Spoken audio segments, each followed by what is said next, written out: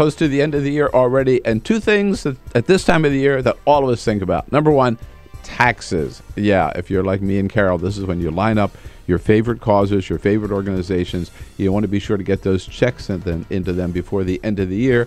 Number one, because you like supporting good causes, but number two, because you like being able to take advantage of the tax deductions before the end of the year. And when you think about your favorite causes, think Free Speech TV. Look, we depend on it, depend on you. Free Speech TV, as you know, gets no corporate money, no government money. All of our funding comes from our viewers. It's just as simple. We wouldn't be here without your support. So we ask you to step up to the plate again here at the end of the year. And the other thing, of course, people think about in December are gifts. Gifts to yourself, gift to your friends. We can combine the two. For a pledge to Free Speech TV, we'll send you gifts that you can consider end-of-the-year gifts to yourself or someone special to you.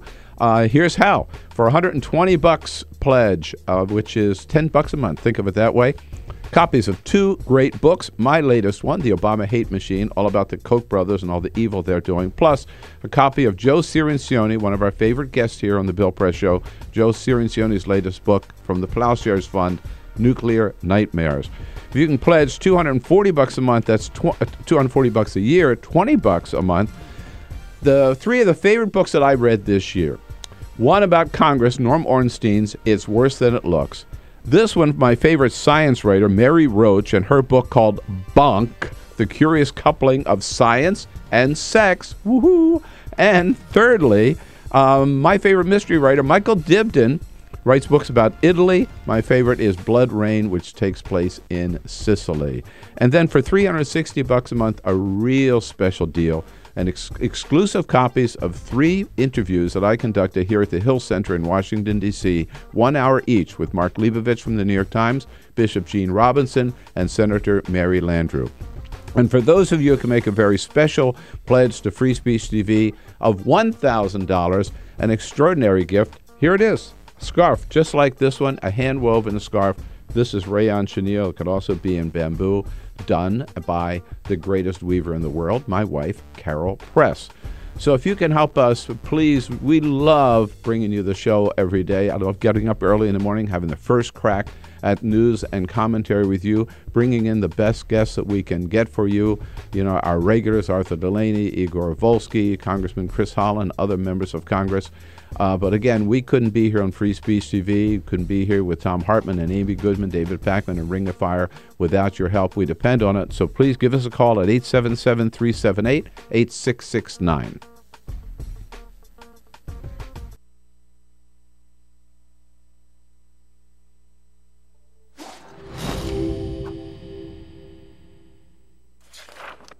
In 1920s America, the Great Depression effectively erased consumer demand. Struggling manufacturers needed new ways to get people buying again.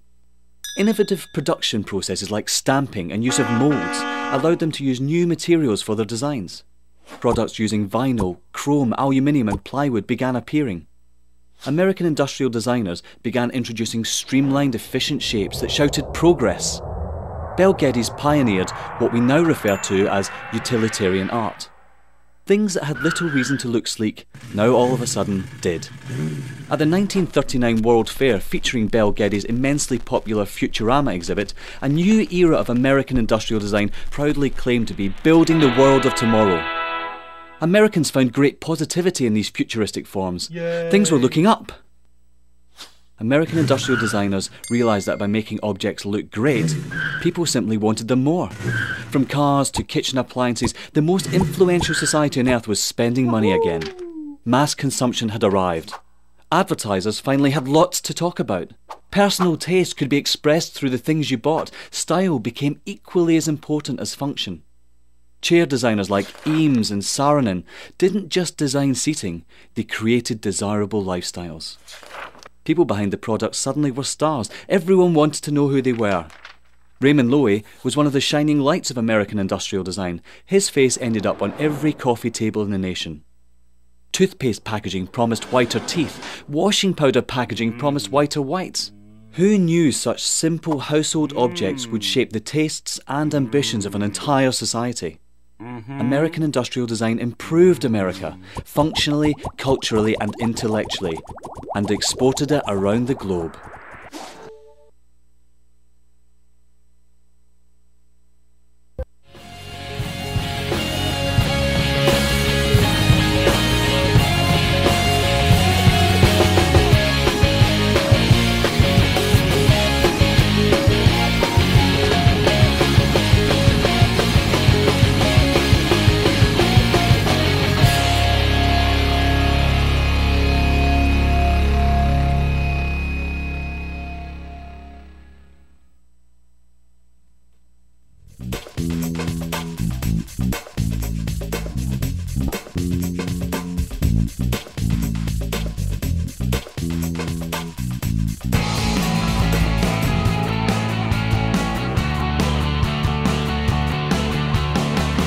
Broadcasting around the nation, on your radio, on your TV, and online. This is The Bill Press Show. Hey, 375,000 visitors to the healthcare website by noon yesterday. Things are looking up. Hey, good morning. They're certainly looking up this morning, Tuesday, December 3rd. How about it? Great to see you today, and welcome to the Bill Press Show. We're booming out to you live, boom, right into your home or your car or whatever on your local progressive talk radio station. On Free Speech TV. If you've got a satellite dish, you can find us at DirecTV or the Dish Network. And, of course, our video stream, for those of you computer-bound or laptop-bound or tablet-bound, iPad-bound, iPhone-bound, go to our video stream, TawkrTV, TAWKRTV, youtube.com/TawkrTV. So good to see you this Tuesday morning. Hope you're as excited as I am to get into the big events of the day with a whole great lineup of guests today, 4 in-studio guests for you, and lots to talk about. We'll wrap it up and then tell you what's going on.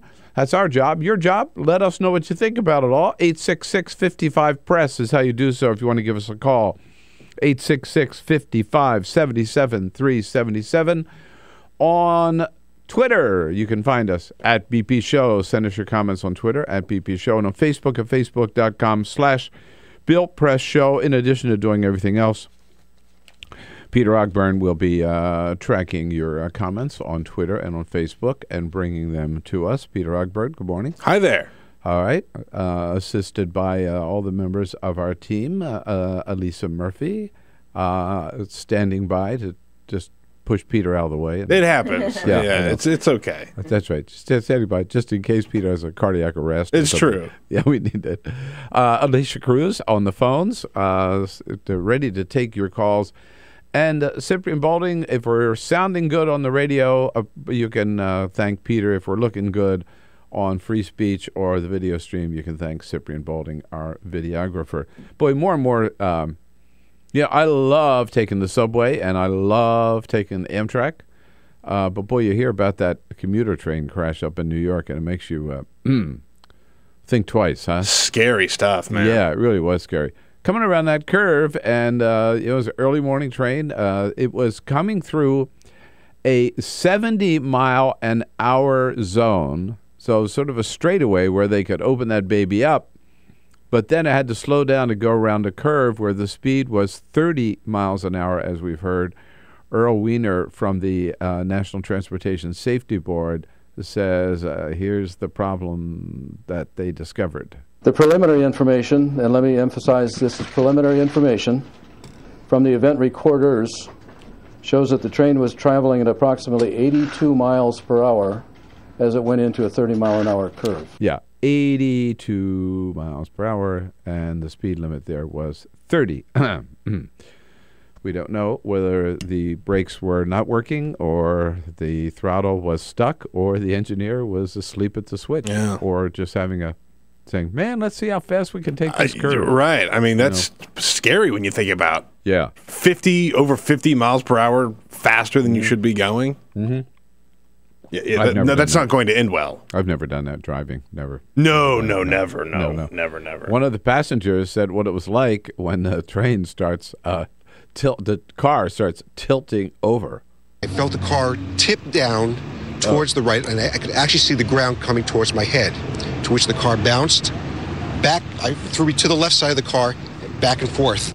God, can you imagine being on that thing? Horrifying. Whoa. As I mentioned, a whole great lineup of guests today. We've got Arthur Delaney here. Tuesday, you know what Tuesdays are like around the Bill Press Show. Our friend Arthur Delaney from Huffington Post will be here for the second half of this hour.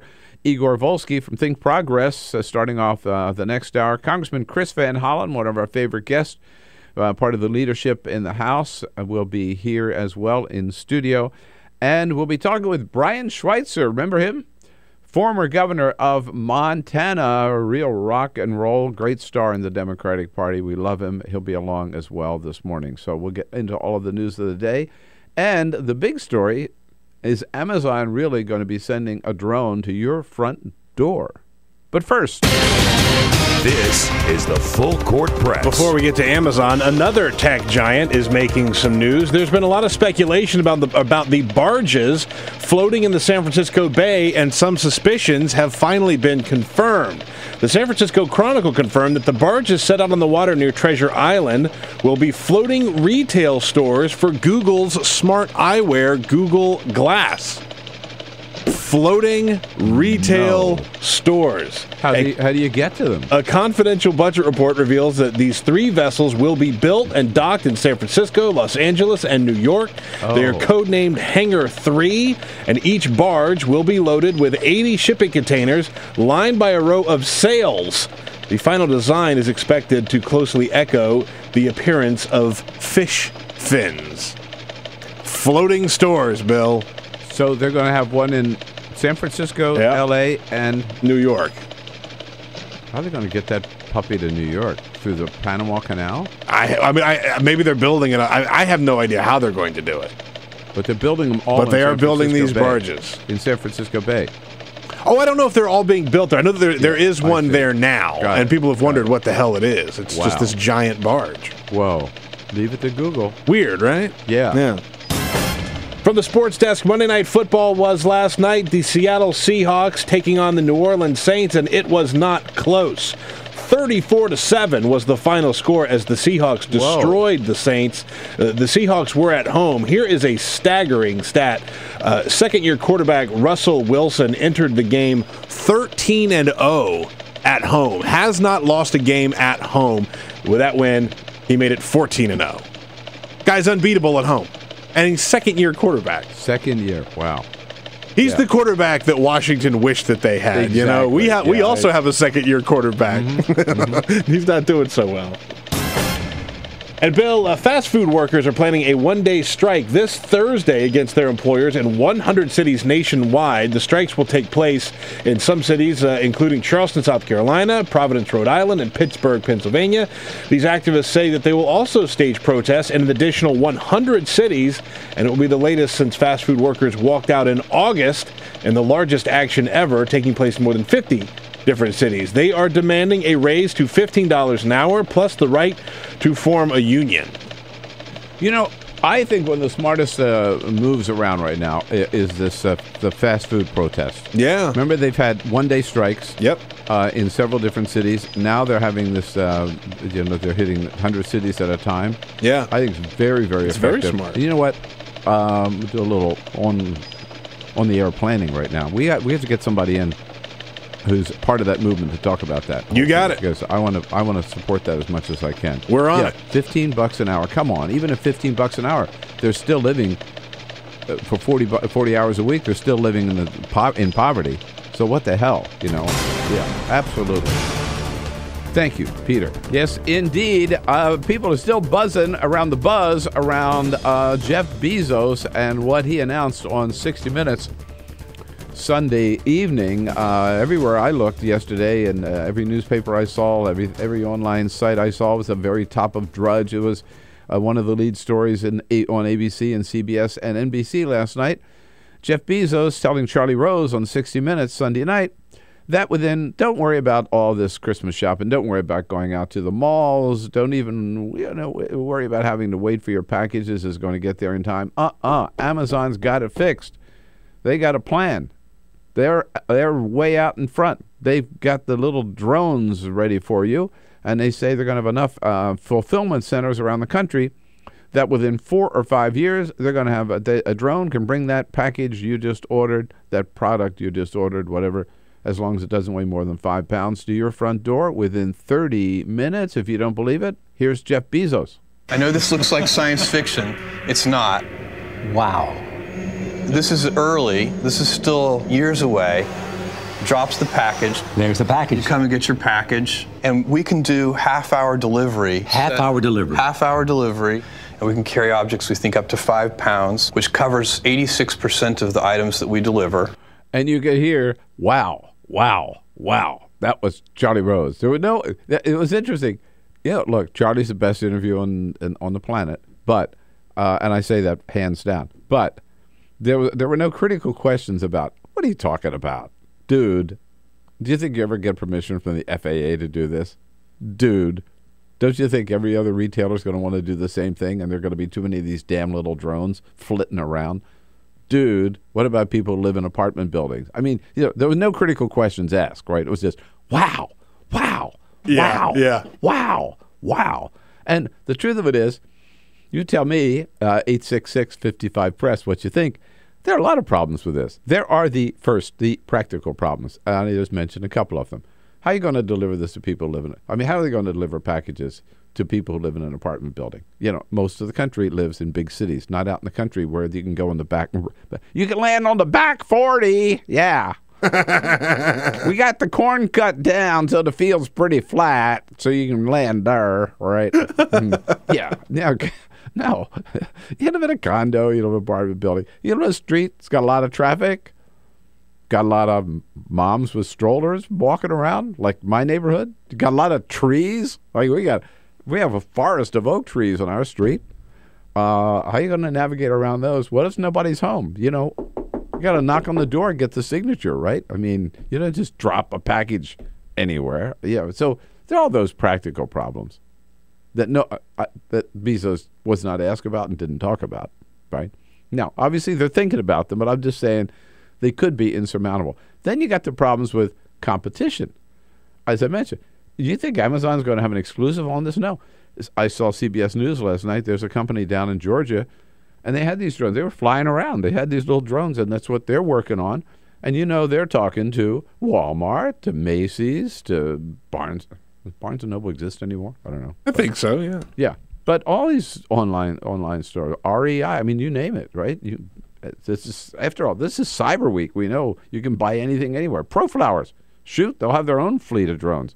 Bring those flowers to you, right? Dropping rose petals is on their way. So it's all the competition. And how many of those little zappy drones, right, can we handle, right? Is there space for? And then there are the problems of regulatory authority. I mean, you can't just go out and fly a drone. Right now, the FAA will only consider licenses for domestic drones for government agencies like the Forest Service, the Coast Guard, or for police departments. And there are more and more of those being granted.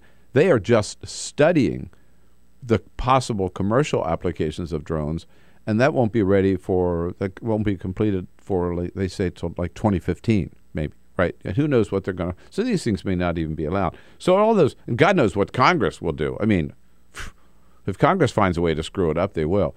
So there are all those problems. And then there's another problem, which is, and I could have alluded to it before, what about the credibility of 60 Minutes? You know what this was when you think about it, in my humble opinion? This was a publicity stunt on the part of the most brilliant retailer probably since P.T. Barnum, right? Jeff Bezos. And he saw, boy, do you think we can snooker anybody into giving us a half an hour of national television on the night before Cyber Monday, where we're going to make more money than we've ever made before? Well, let's start with 60 Minutes and see if they'll fall for it. And then maybe we'll end up on current TV. Oh, wow. Well, 60 Minutes fell for it. Charlie Rose fell for it, right. On top of the Lara Logan Benghazi disaster, they fell for this. I think Jeff Bezos just suckered them right into A gazillion-dollar publicity stunt. That's what this amounts to. Think about this. Think about if they never get this drone idea up and running. Right. And all they had to do was basically produce this video and a couple of drones to get all this primetime attention and everybody talking about it. It was worth it. For them, it would have been totally worth it. Total. They never have to fly a drone. They already got all they already got, again, billions of dollars of publicity out of this stunt that CBS fell for. Hook, line, and sinker. Don't you think? 866-55-PRESS. I don't think it's going to work. I think it was just a publicity stunt, and shame on CBS for falling for it. Let's talk about it here on the Bill Press Show Tuesday morning. This is the Bill Press Show.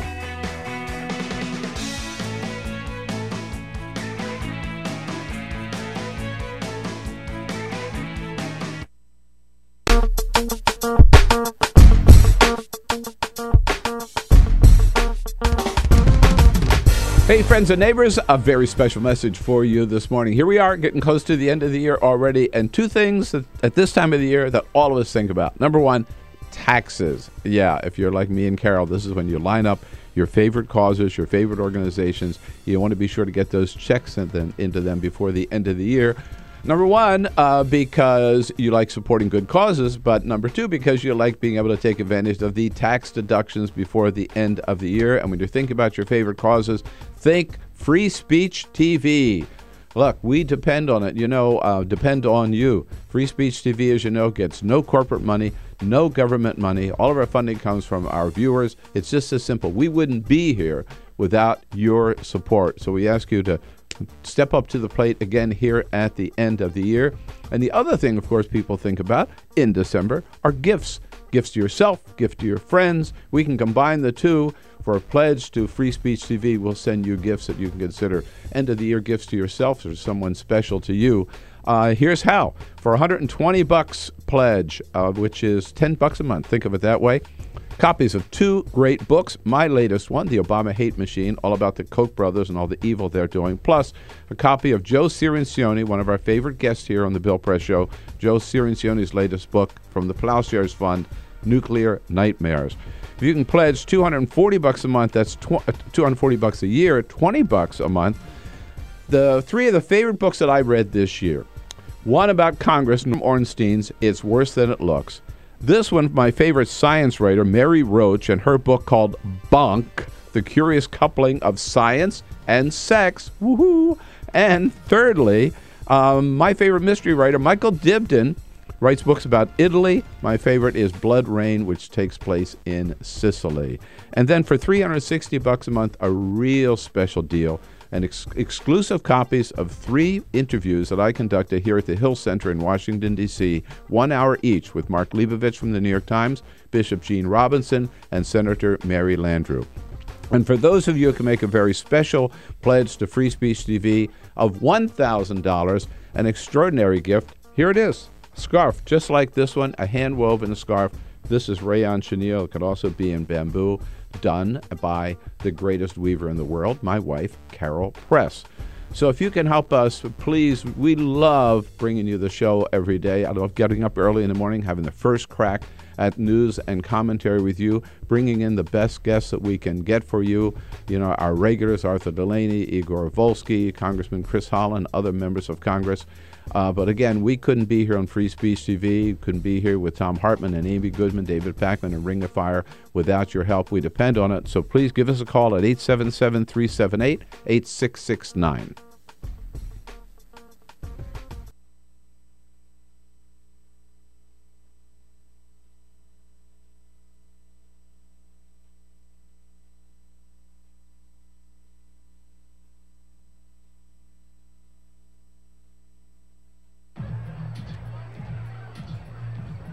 If you drive buzzed, it could cost you around $10,000. You'll face major legal fees, major fines, and steep insurance penalties. You could lose everything. Nothing kills a buzz like getting pulled over for buzz driving, because buzz driving is drunk driving. When some people struggle with their mortgage payments, they become frozen, petrified. Not knowing what to do, they do nothing. But the people who take action are far more likely to get the most positive outcome. Making home affordable is a free government program. Call now to talk one-on-one with a housing expert about the options that are right for you. Real help, real answers, right now. Yes, I say, not so fast here. Let's, the devil's in the details, I think. Again, mentioned this yesterday. Better using drones to deliver Amazon books or products than it is to be killing Americans overseas. But I'm not going to fall for this. I don't think this is going to work. Let's find out what you think. Here's our buddy Joey from Chicago. God, I haven't talked to you in a long time. Hey, Joey. Hey, Bill. Happy holidays, everybody. To you. April Fools, everybody. Are you kidding me? If these drones start flying in my neighborhood, everybody and their brother's going to have new stuff. They'll be catching these things with butterfly nets. I mean, I dare them to start sending stuff from my house over here in my neighborhood. Yeah, right. Oh, my goodness. This is a bunch of nonsense. And that's turning out to be like the Inquirer, that news program. It used to be good.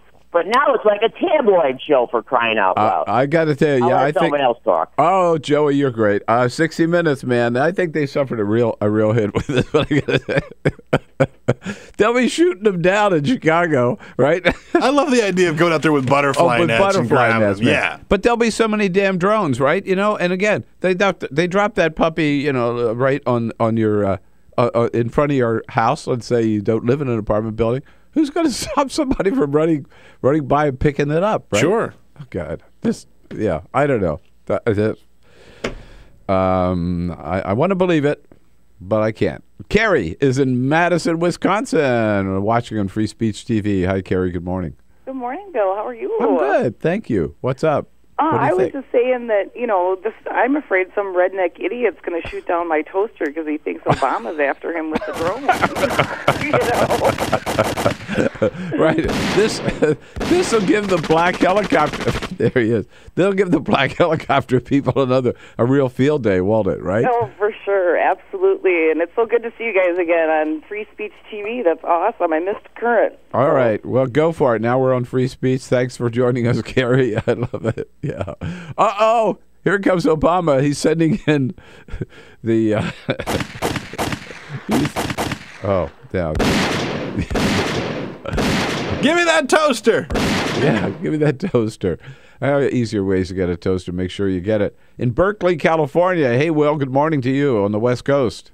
Hey, how's it going? I totally think it's possible, though. I think really, you could create like little drone highways, you know, so they all, you know, don't fly all over the place. And then, you know, for apartment complexes, you could either have them land on the roof, you know, and have like mailboxes on the roof, you know, like, you know, condos have like mailboxes at the end of the street. You know, you could have something like that where you have to go down the street to get it, like a mailbox that drops it in or something. Well, I don't know. Well, I think you better go back and take another little nap here this morning. I think you're making it. You're giving him too much credit and making it too complicated. But it's nice to know there's a believer out there, Will. Arthur Delaney is coming up next. This is the Bill Press Show.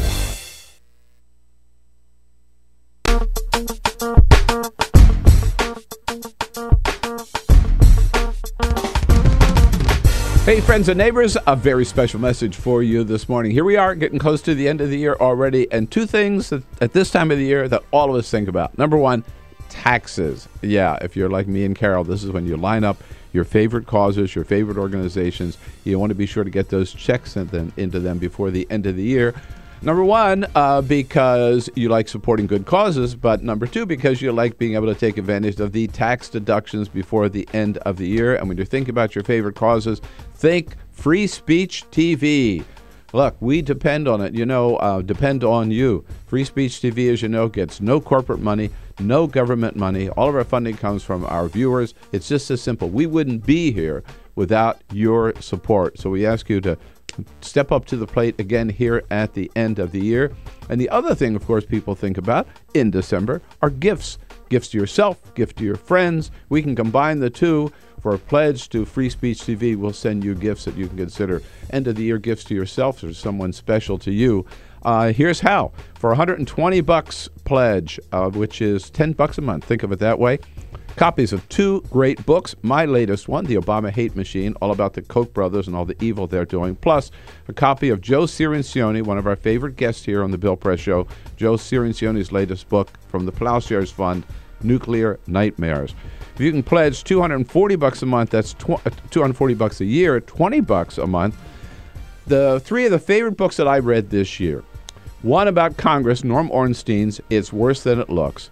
This one, my favorite science writer, Mary Roach, and her book called Bunk, The Curious Coupling of Science and Sex. Woohoo!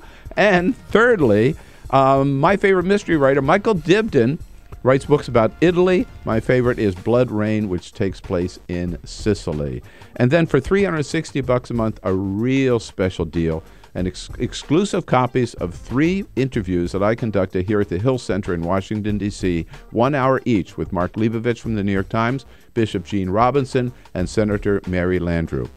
And for those of you who can make a very special pledge to Free Speech TV of $1,000, an extraordinary gift, here it is. Scarf, just like this one, a hand-woven scarf. This is rayon chenille. It could also be in bamboo, done by the greatest weaver in the world, my wife, Carol Press.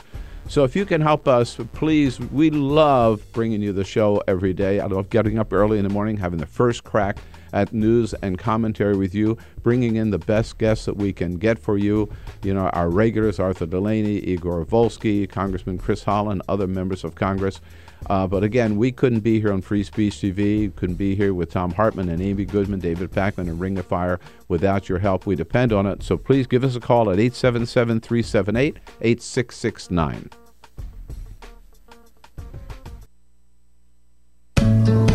You wouldn't let money just blow out of your house. So when your AC or heater is on, make sure the doors, windows, and fireplace flue are shut tight. If you're headed out, turn down the AC or lower the heat by 10 degrees. And always keep your water heater set at 120. A little bit of common sense goes a long way. Get more great tips at energysaver.gov. So, I'm kind of new here, but I've noticed a trend. My human does this funny thing where she goes around and gets all my toys, and then she hides them in that basket by the door. You know, but it's always the same basket, and it's always in the same place.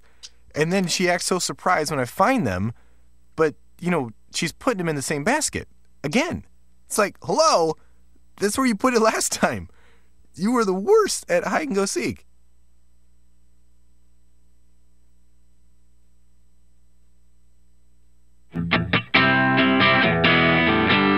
This is the Bill Press Show. You bet it is. 33 minutes after the hour now here. Tuesday morning, in case you lost track of the day. And it's 33 minutes after the hour, in case you lost track of the time. The Bill Press Show coming to you live from our nation's capital, our studio on Capitol Hill. We're brought to you today by the Laborers International Union of North America. Good men and women of the Laborers Union building a better America under President Terry O'Sullivan. In fact, that's their website where you can find out more. LIUNA, L-I-U-N-A, LIUNAbuildsamerica.org. Well, it's Tuesday. You know what Tuesdays are like around here. The Bill Press Show, 2 of our favorites coming in. We couldn't stand to have them both in at the same time. They'd just be talking all over each other. So we take one at a time. Arthur Delaney always starts us off from Huffington Post. He's got it covered at Huffington Post, writing about anything, particularly on the economic front, I guess, right? And the downers. The downers, the consumer front, just all around great reporter. Hey, Arthur, how are you? Good. How are you? I'm good. Now, I wasn't here last week, as you know, but the last time I saw you, we were talking about Thanksgiving coming up, and you informed me that you were going to do something I thought was really foolish, which was you're going to deep fry a turkey. And I warned you. I warned you, be careful here. You could splash and set your house on fire. And I asked your listeners to pray for me. and they did. Because really? nobody got hurt. No. We had a lot of emails and calls from people who had laid hands on their radio and on their TV. Thank you, Bill Press audience. Oh, good. It worked. Your prayers came through. Except the bird. The bird I was did going to get say, hurt. how did the bird survive? No one prayed for the bird. No. And was it edible? It was. Was it good? I think we did overcook it a little. So it was only one step better than a roasted turkey, as opposed to what I had imagined it would blow the roasted turkey out of the water. Yeah.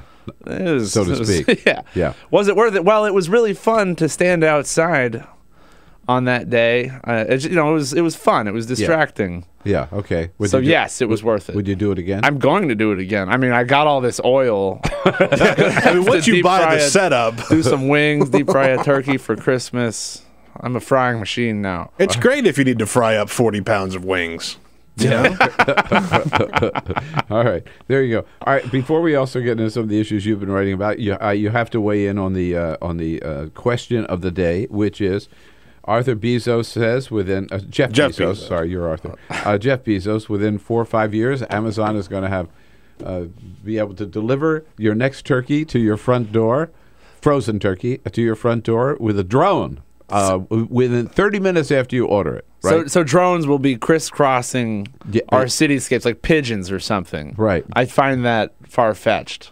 Yeah, so do I. But I just figure I'm an old fart. Maybe I'm not trusting the future, but you're a young fart and you don't trust it. You know what? The FAA has got to draw up regulations for this, so it is not completely science fiction futurism, but I don't think that's the time frame. You know there will be some commercial applications of drones. There's got to happen, and now they're drawing, as you say, they're drawing up the regulations for it. But I love your analogy to pigeons, flying around, because this is under the 10,000-foot level. I mean, they're coming to your front door, right? We're talking about you're going to bump your head on these flying things. It's not. I don't see that happening. There's going to be some less glamorous way. They'd have to figure out how to do it, like it lands at the post office or something, and then you go pick up your parcel. Yeah. What does the drone do? It rings your doorbell and waits for you to answer the door, and then sign a little thing, and then it flies away. I think that's what they're going to end up. They're going to get up like you go to your local high school, right to the football field, and all the drones land there and drop the packages, and then somebody's going to have to be there to sort out the packages. And I think it's I think it's crap. All right, but and what I really think it was a huge publicity stunt on the part of 60 Minutes, and CBS fell for it, and they gave them a half an hour on 60 Minutes. Well, drones are fun. To pump this product and to get the name Amazon out there on the eve of Cyber Monday. Are you suggesting that the news hypes Black Friday and Cyber Monday? That's what I'm getting to. That was my transition. Yeah. So not just Black Friday. Now we have, I don't know, what do we call it? Black Thursday or Purple Thanksgiving? Black Thanksgiving? I don't know. Definitely some encroachment. Maybe people will be getting tired of this, though. I read that. Did you do your share? No. You didn't go? I don't buy a thing on Black Friday because I think it's ridiculous. Why? Well, the whole idea that there are good deals out there is not true. And the Wall Street Journal and Washington Post have analyzed data, or at least they had a firm that did this. And the idea that you get deals, they only seem like deals because there have been markups on everything during the month.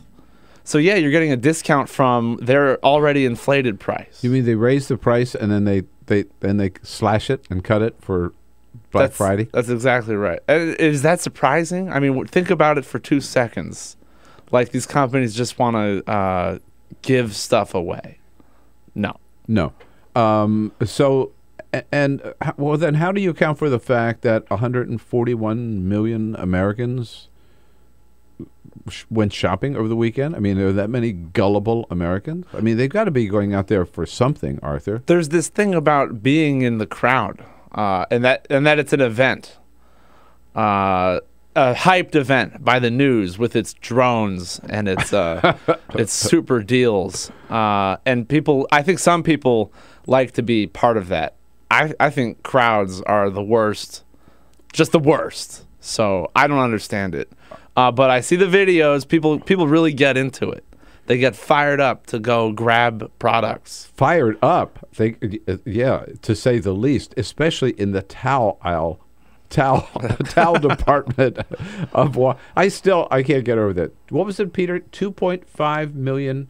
There was the number one selling product at Walmart were towels. What the hell? More like millions of towels. I think you're right. Like 2.5 million towels. What's with that? What's with the idea that there are only so many days between Thanksgiving and Christmas, and you have to rush, and there's a frenzy? It's not that hard to buy towels. To buy towels. No, right? Yeah. It's not like it's not the antivirus or a vaccine. It's to buy towels. Or it's not even the new iPhone. Right. You know what I mean? Right. Yeah. Right. So how long before people just don't you think all the hype and the stores are part of it too, and the media plays along with it, is because pretty soon online shopping is just going to make retail shopping in stores passé, obsolete. No? That may already be happening. I mean, I've read that the sales over the weekend and Black Friday weren't all that hot this year. And it's got to be a crescendo of hype with stores opening at 6 p.m. on Thanksgiving Day. It was controversial when they were opening at midnight. Yes. Yeah. And now the Black Friday creep has probably crept. And it will creep its way out of here. Here's my prediction. Next year, they'll be serving turkey dinner at the mall, or turkey sandwiches or something at the mall. So you won't have to. You can just. Oh no! I'm telling you. I know this is frightening, but you're probably right. Yeah, you won't. They'll just say you don't have to worry about Thanksgiving. We'll take care of it for you. Yeah. Right? I think people are going to get sick of it. I'll bet you $1 that it's going to go back a little bit. You got to put more money on the line than that. How about $10,000? Yeah, $10,000 bet. I'm Mitt Romney. Okay. Is there anything? I was just thinking. Is there anything you can't buy online today? I mean, you can buy just about. I mean, on Amazon Prime. I mean, you can get anything online today, can't you? As far as I know, you can get your groceries online. Yeah, delivered to your front door. You can get pizza online. I'm trying to think. Peter, think. I mean, I can't think of anything that you can't buy online. I mean, that's legal. You can get. You can even buy some illegal things online. Yeah, you can get prescription drugs online. Sure, from Canada. You can buy weed online. Craigslist. Oh, really? Can you? Yeah. Oh, sure. Look at Bill perk up. I have never done this, but I've read about other people who have. Yeah, right. You can't have a drink served to you online. But you can order alcohol. Okay. That partially explains why the service industry is like one of the only that's succeeding. Same for healthcare. Yeah. Right now. Can you imagine if these Amazon drones do take off and you're able to buy a bottle of whiskey and a drone delivers it to you in 30 minutes? That'd what a magical drunken world. drone. All right. Now, the other story you've been writing about is, and Huffington Post to stir things up a little bit about, is drug testing for members of Congress. It's interesting what Americans think about their requirement to go through drug testing at the workplace, and whether or not members of Congress ought to have the same obligation. We'll get into that when we come back here with Arthur Delaney from Huffington Post, who doesn't believe in Black Friday, doesn't believe in Cyber Monday, doesn't believe in drones, does believe in deep frying turkeys. So, and Santa. And Santa, too. You figure it out. 866-55-PRESS. What's your take on Black Friday and Cyber Monday? Give us a call here at 866-55-PRESS. Streaming live video right now at youtube.com/TawkrTV. That's TAWKR-TV. This is The Bill Press Show.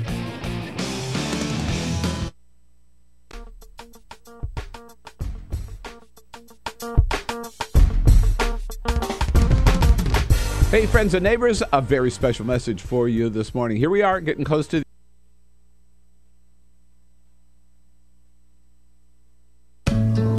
You wouldn't let money.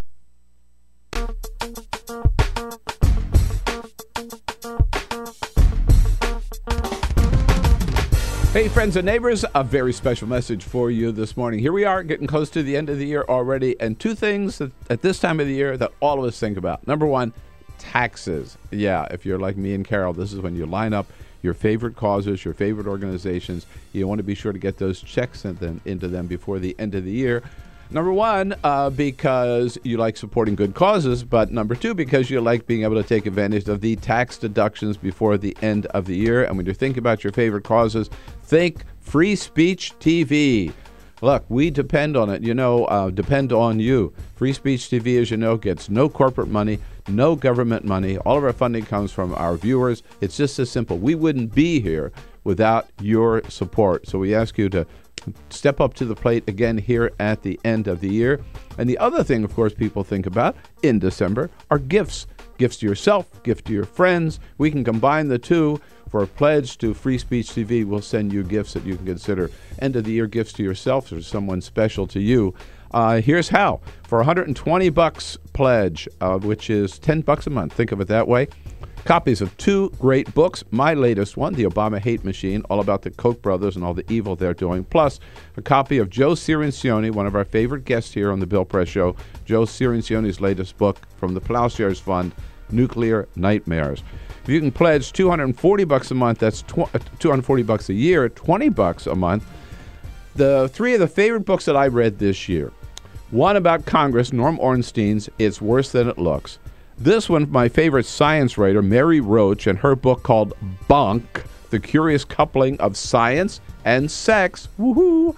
And thirdly, my favorite mystery writer, Michael Dibdin, writes books about Italy. My favorite is Blood Rain, which takes place in Sicily. And then for $360 a month, a real special deal, and exclusive copies of 3 interviews that I conducted here at the Hill Center in Washington, D.C., 1 hour each with Mark Leibovich from the New York Times, Bishop Gene Robinson, and Senator Mary Landrieu. And for those of you who can make a very special pledge to Free Speech TV of $1,000, an extraordinary gift, here it is. Scarf, just like this one, a hand-woven scarf.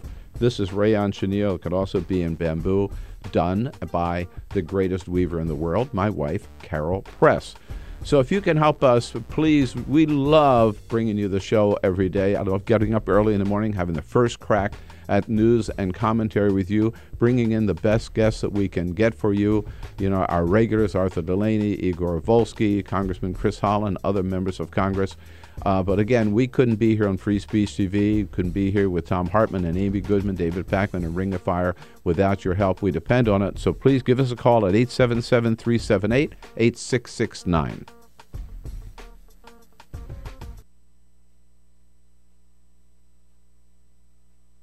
Arthur Delaney's twin brother, Igor Volski, will be here at the top of the next hour from Think Progress. Arthur's with Huffington Post, HuffingtonPost.com. We want to talk about Congress and drug testing, but we have been talking about Arthur dumping on Black Friday, the whole concept of luring people out to thinking that they could get deals on Black Friday, which you say they could get the same deals any other time, probably maybe better deals, right? Yes. Kevin from Stratford, Connecticut has a comment. Hello, Kevin. Hey, Bill. Hey, what's up? I had a great idea. You know, a new American pastime. We can have Thanksgiving tailgating parties in the mall. Wait, you know what? I don't know why someone hasn't thought of that before. And Arthur, you could take your vat full of hot oil, right, to the mall parking lot. I think if you were to be a Black Friday fanatic, like Bill just confessed that he is off air, that would be the way to do it, to bring your deep fryer and tailgate in the mall parking lot. Great, Kevin. Good idea. We'll get the buzz going on it. Maybe we can start that next year. I am not. Don't you misquote. I have never gone shopping on Black Friday. I accidentally went to a mall on Sunday just to get something. I was accidentally in a mall and I wasn't shopping, just buying something. Yeah. And then I spent $200. You're in denial. So what do Americans think about members of Congress and drug testing? This little poll that you did. Well, Huffington Post. First of all, what are the facts? In concert with YouGov, we do polling every week, several times. And we ask people about how they feel toward drug testing various populations, airline pilots, people on welfare, members of Congress. And in general, Americans are very gung-ho about drug testing for whomever. They love it, especially airline pilots, and I think it's easy to understand why. But members of Congress are always talking about, we got to drug test poor people. Right. Make them pee on cups. Food stamps. Make sure they're not spending their food stamps on drugs, their unemployment on drugs, their welfare on drugs. And a frequent counterpoint to this has been, well, why don't we make members of Congress pee in cups? This is something Democrats say. And so the public loves the idea of drug testing people on welfare. And it's in the 60% range. Do they really? Yeah. Yeah. How about members of Congress? They love it more than anything. It brings Americans together, the idea of making members of Congress pee in cups to prove that they are not on drugs. It's something Tea Partiers and liberals can agree on? Yes, absolutely. And my theory as to why this is that a lot of people at their jobs have to do this. And it is a tremendous indignity. And I think people resent that others don't all have to do it too in some cases. So that's why they love this idea. And especially it's resonant right now with Trey Radel, the Republican from Florida, being busted for cocaine. Here's the thing, though. Right. These drug tests don't catch habitual cocaine use. They don't catch alcohol or any hard drugs, except if you're like on that drug when you take the test. They just catch weed. They catch you if you smoked pot 2 weeks ago. Really? Yeah, they're stupid. It's stupid.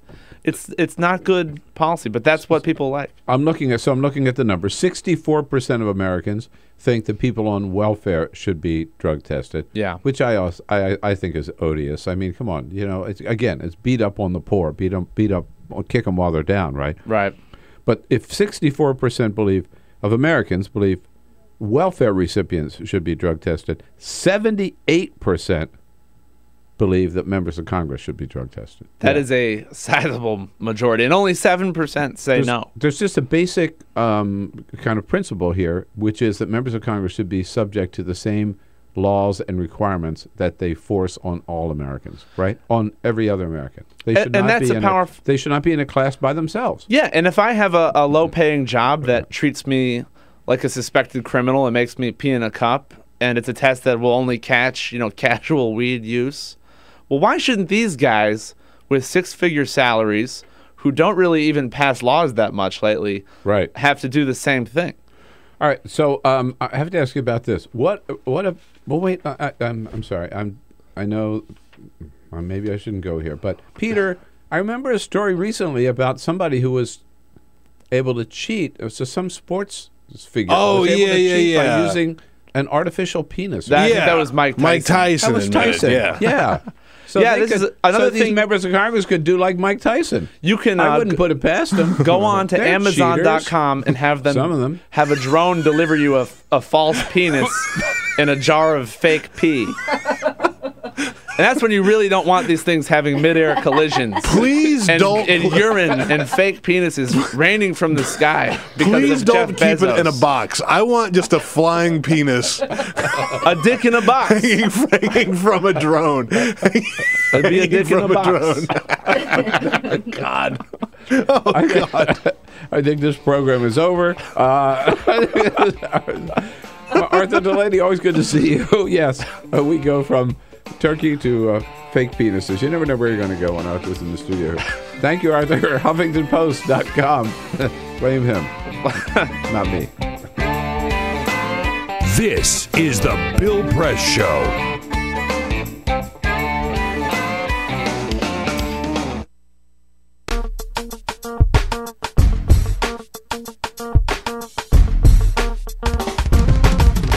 Hey, friends and neighbors, a very special message for you this morning. Here we are, getting close to the end of the year already, and two things at this time of the year that all of us think about. Number one, taxes. Yeah, if you're like me and Carol, this is when you line up your favorite causes, your favorite organizations. You want to be sure to get those checks into them before the end of the year.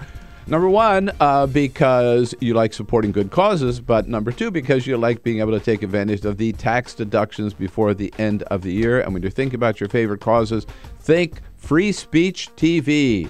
Look, we depend on it, depend on you. Free Speech TV, as you know, gets no corporate money, no government money. All of our funding comes from our viewers. It's just as simple. We wouldn't be here without your support. So we ask you to step up to the plate again here at the end of the year.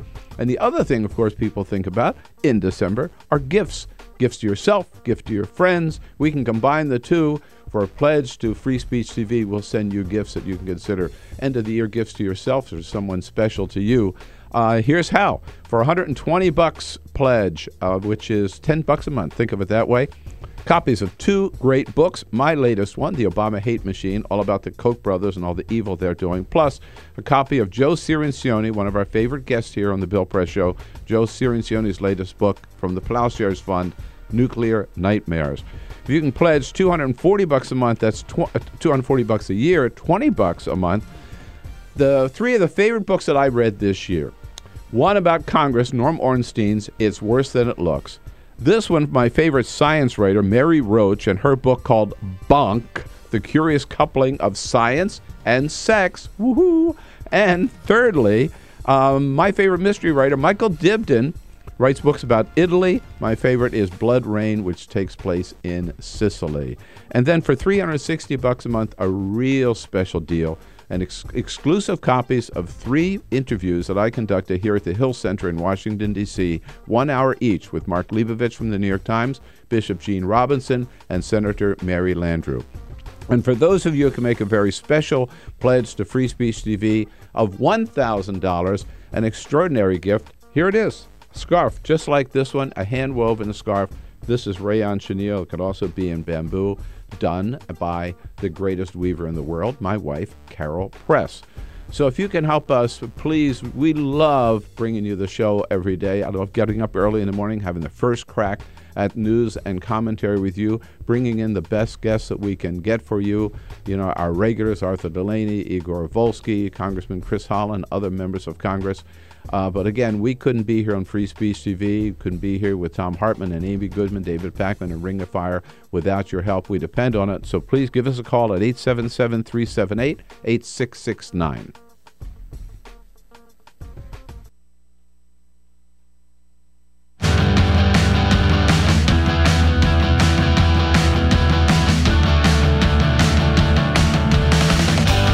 This is the Bill Press Show.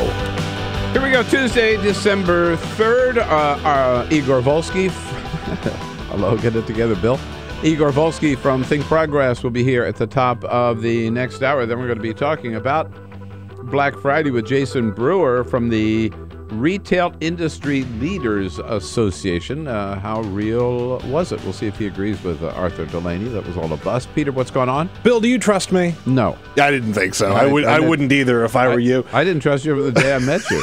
Well, there's a new survey that came out. It's the General Social Survey, and they've been asking Americans since 1972, do you trust your fellow man? Do you trust society? You have to break it down. Well, it's just if you see someone on the street, are people generally trustworthy? Like if you were to have a situation where you say, can you just hold my wallet while I go do this? Or hold my phone while I go do this? No. I don't trust anybody. No. But when they first started doing this survey, half of Americans said, yes, we can trust people. Today, they just released a new survey. Only 1/3 of Americans trust their fellow Americans. And we're not talking about society, like organizations or churches or government, just man on the street. Even those 1/3 are suckers. I agree. Now, you break it down. You know, would I trust my mailman? Yeah, trust my mailman. Would I trust my priest? No. This is the Bill Press Show.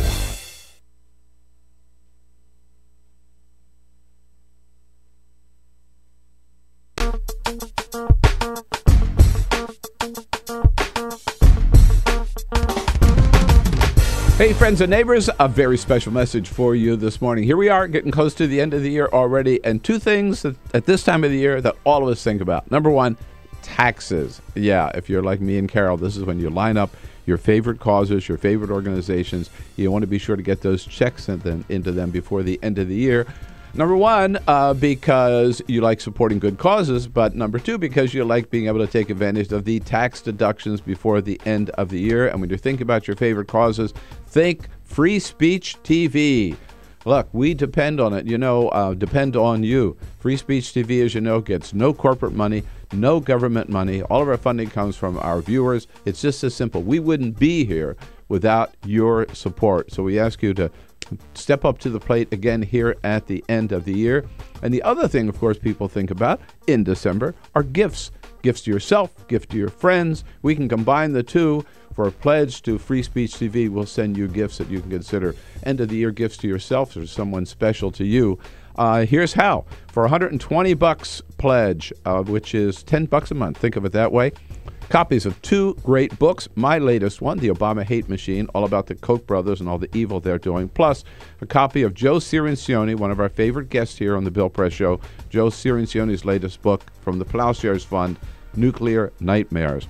If you can pledge $240 a month, that's $240 a year, $20 a month. The 3 of the favorite books that I read this year. One about Congress, Norm Ornstein's It's Worse Than It Looks. This one, my favorite science writer, Mary Roach, and her book called Bunk, The Curious Coupling of Science and Sex. Woohoo! And thirdly, my favorite mystery writer, Michael Dibdin, writes books about Italy. My favorite is Blood Rain, which takes place in Sicily. And then for $360 a month, a real special deal, and exclusive copies of 3 interviews that I conducted here at the Hill Center in Washington, D.C., 1 hour each with Mark Leibovich from the New York Times, Bishop Gene Robinson, and Senator Mary Landrieu.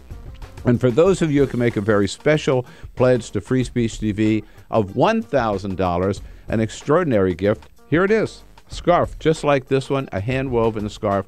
This is rayon chenille. It could also be in bamboo, done by the greatest weaver in the world, my wife, Carol Press. So if you can help us, please, we love bringing you the show every day. I love getting up early in the morning, having the first crack at news and commentary with you, bringing in the best guests that we can get for you.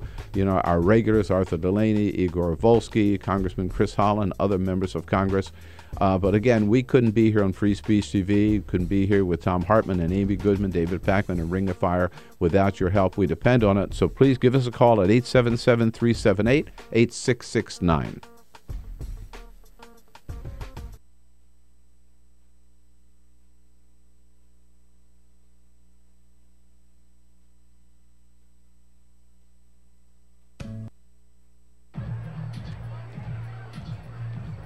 If you drive buzzed, it could cost you around $10,000. You'll face major legal fees, major fines, and steep insurance penalties. You could lose everything. Nothing kills a buzz like getting pulled over for buzz driving, because buzz driving is drunk driving. When some people struggle with their mortgage payments, they become frozen, petrified. Not knowing what to do, they do nothing. But the people who take action are far more likely to get the most positive outcome. Making home affordable is a free government program. Call now to talk one-on-one with a housing expert about the options that are right for you. Real help, real answers, right now.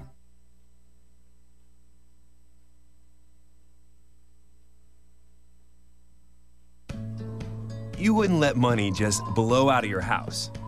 So when your AC or heater is on, make sure the doors, windows, and fireplace flue are shut tight. If you're headed out, turn down the AC or lower the heat by 10 degrees. And always keep your water heater set at 120. A little bit of common sense goes a long way. Get more great tips at energysaver.gov. So, I'm kind of new here, but I've noticed a trend. My human does this funny thing where she goes around and gets all my toys, and then she hides them in that basket by the door. But it's always the same basket, and it's always in the same place. And then she acts so surprised when I find them, but, she's putting them in the same basket. Again. It's like, hello? That's where you put it last time. You were the worst at hide and go seek.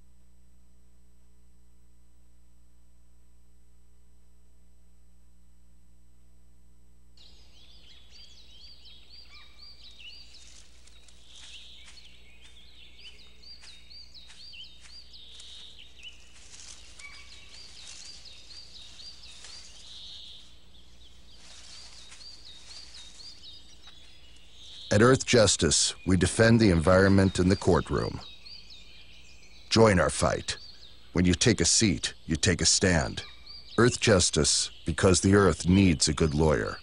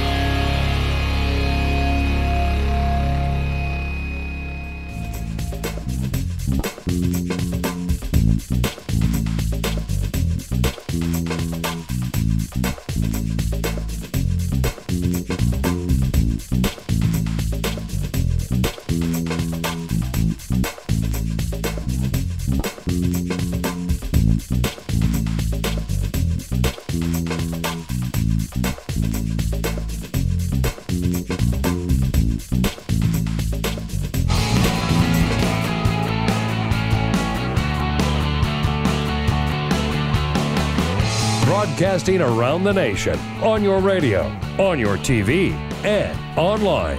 This is The Bill Press Show. 375,000 visitors to the healthcare.gov website by noon yesterday. Things are looking up. Hey, good morning, everybody. They're sure looking up today on Tuesday, December 3rd. So great to see you today. Welcome to the program, The Bill Press Show, coming to you live on your local progressive talk radio station. Coming to you live on Free Speech TV and, of course, on our own little video stream. You can reach us on Free Speech if you've got a satellite dish, DirecTV, or the Dish Network. You can reach us on our video stream at TawkrTV, TAWKRTV, youtube.com/TawkrTV. And, of course, you reach us on the radio by just turning on the dial to your local progressive talk radio station. And how lucky you are if you've got a good one, got one in your hometown. Thank you for joining us, whether you're listening or watching, for the news of the day and for your chance to comment on the news of the day, and you know how to do so. Give us a call at 866-55-PRESS or send us your comments on Twitter at BP Show or on Facebook. All of our friends on Facebook at facebook.com/Bill Press Show. And speaking of friends... Good morning, Bill. Here he is, Igor Volski. Nice to see you from Think Progress, managing editor of Think Progress, thinkprogress.org, the one site that you got to have up all the time. Make it your homepage. Please do. To know what's going on any front here in Washington, D.C., and to show you how important things are at Think Progress. The President of the United States is going to be sitting at Igor's desk tomorrow. Yes, yeah, working together. Yeah, finally. Right. Yeah. Is he? I'll let him blog a couple. How of exciting! Posts. Paid intern or a volunteer? Well, intern? it's DC. It's unpaid, so let's But put that aside. The president is in fact coming to the Center for American Progress tomorrow, right? He is. He's speaking not at the center, but at an event hosted by the center, giving a speech on the state of the economy. Mm-hmm. So we are excited to have him. I don't think he's spoken at the center since he was elected. We did organize back in 2007, the first forum on healthcare policy was organized, hosted in Las Vegas, and there the president spoke. Didn't do a very good job talking about healthcare, but it kind of turned him around, got him serious on the issue, and that after that forum, he said that he will make sure that healthcare is a reality in his first term. Yeah, good. Well, I'm really glad that he's going to the center, because the center is now our one hope in terms of a progressive think tank here in Washington, D.C., under the leadership of John Podesta and then Neera Tanden, and doing great work. And many people from the Center became part of the Obama administration, like Melody Barnes Yes. and others. And certainly a lot of the ideas that you at the center and others at the center have worked on have become part of the agenda of this administration. Absolutely. So it's a real close ties. Yes. Yeah. Right. And close ties with our team here, too, by the way. I can't forget to say hello to Peter Ogburn. Hi there. Peter. Yes, indeed. We have a new member of the team, Elisa Murphy, here. Elisa, nice to have you on board. Alicia Cruz there she is, standing by the phones, ready to take your calls. And, of course, if we're looking good on the videos, because of videographer Cyprian Bolding keeping us going there. Speaking of the president, yesterday he went next door to the old executive office building to speak at a conference commemorating World AIDS Day. And the president making a very important point, I thought. So we're making progress. But we're all here today because we know how much work remains to be done. We have indeed made a lot of progress in facing this dreadful disease and epidemic, as John Kerry pointed out about how much progress we've made. As recently as 10 years ago, AIDS was a death sentence for many. And experts warned that in parts of the world, we had reached a point literally of no return.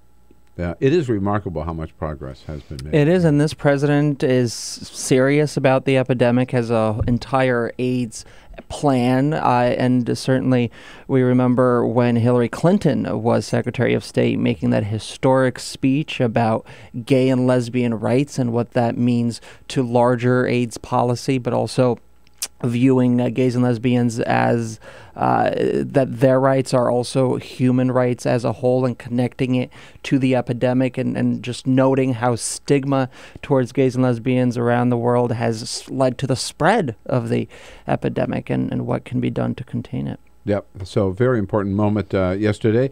We've got a lot to cover here with Igor Volski here from Think Progress. A little bit later, Congressman Chris Van Hollen, the ranking Democrat on the House Budget Committee, will be here in studio with us, and then we'll be talking with former Governor Brian Schweitzer from Montana. Always very colorful to have Brian Schweitzer on the program. Looking forward to that. But first, this Peter brings is us up the to date Full on the Court biggest Press. stories of the day. Just a couple of other stories making news. More than 3.5 years after the Deepwater Horizon disaster spewed millions of gallons of petroleum into the Gulf of Mexico, scientists are working to map the path of future oil spills before the devastation hits the beach and ecosystems. What they're doing, these researchers from the University of Miami, they're placing 200 GPS-equipped drifters in the surf zone just off of Fort Walton Beach, and they're going to release dye, and they're going to track it with cameras to see where the ocean currents push these aqua drones. Preemption. They are aqua drones. They are unmanned devices that are going to be sort of float in the currents and see where they float, so that they'll know where the oil is going if there's another oil spill. I could save them a lot of money. Yeah? Right. If there's an oil spill out here, it's going to end up here on the beach, okay? Boom. Boom. Done. It's science. Lindsay Lohan is filing a lawsuit against the makers of Grand Theft Auto for using her likeness in promotional material. The game features a supposed Lohan look-alike attempting to elude the paparazzi and then being coerced into filming a sex tape at a hotel bearing the resemblance to LA's Chateau Marmont. The cover of the game is also in question. It shows a blonde woman dressed in a red bikini taking a selfie that looks an awful lot like Lindsay Lohan. But then again, it could just be any other skinny blonde actress. So Yeah, how's she going to prove it's her? Exactly. Good luck. Exactly. She's going to get out the red bikini. I say any publicity is good publicity. At this point for her. And as the year ends its end, Bing has released its most popular searches for the year 2013.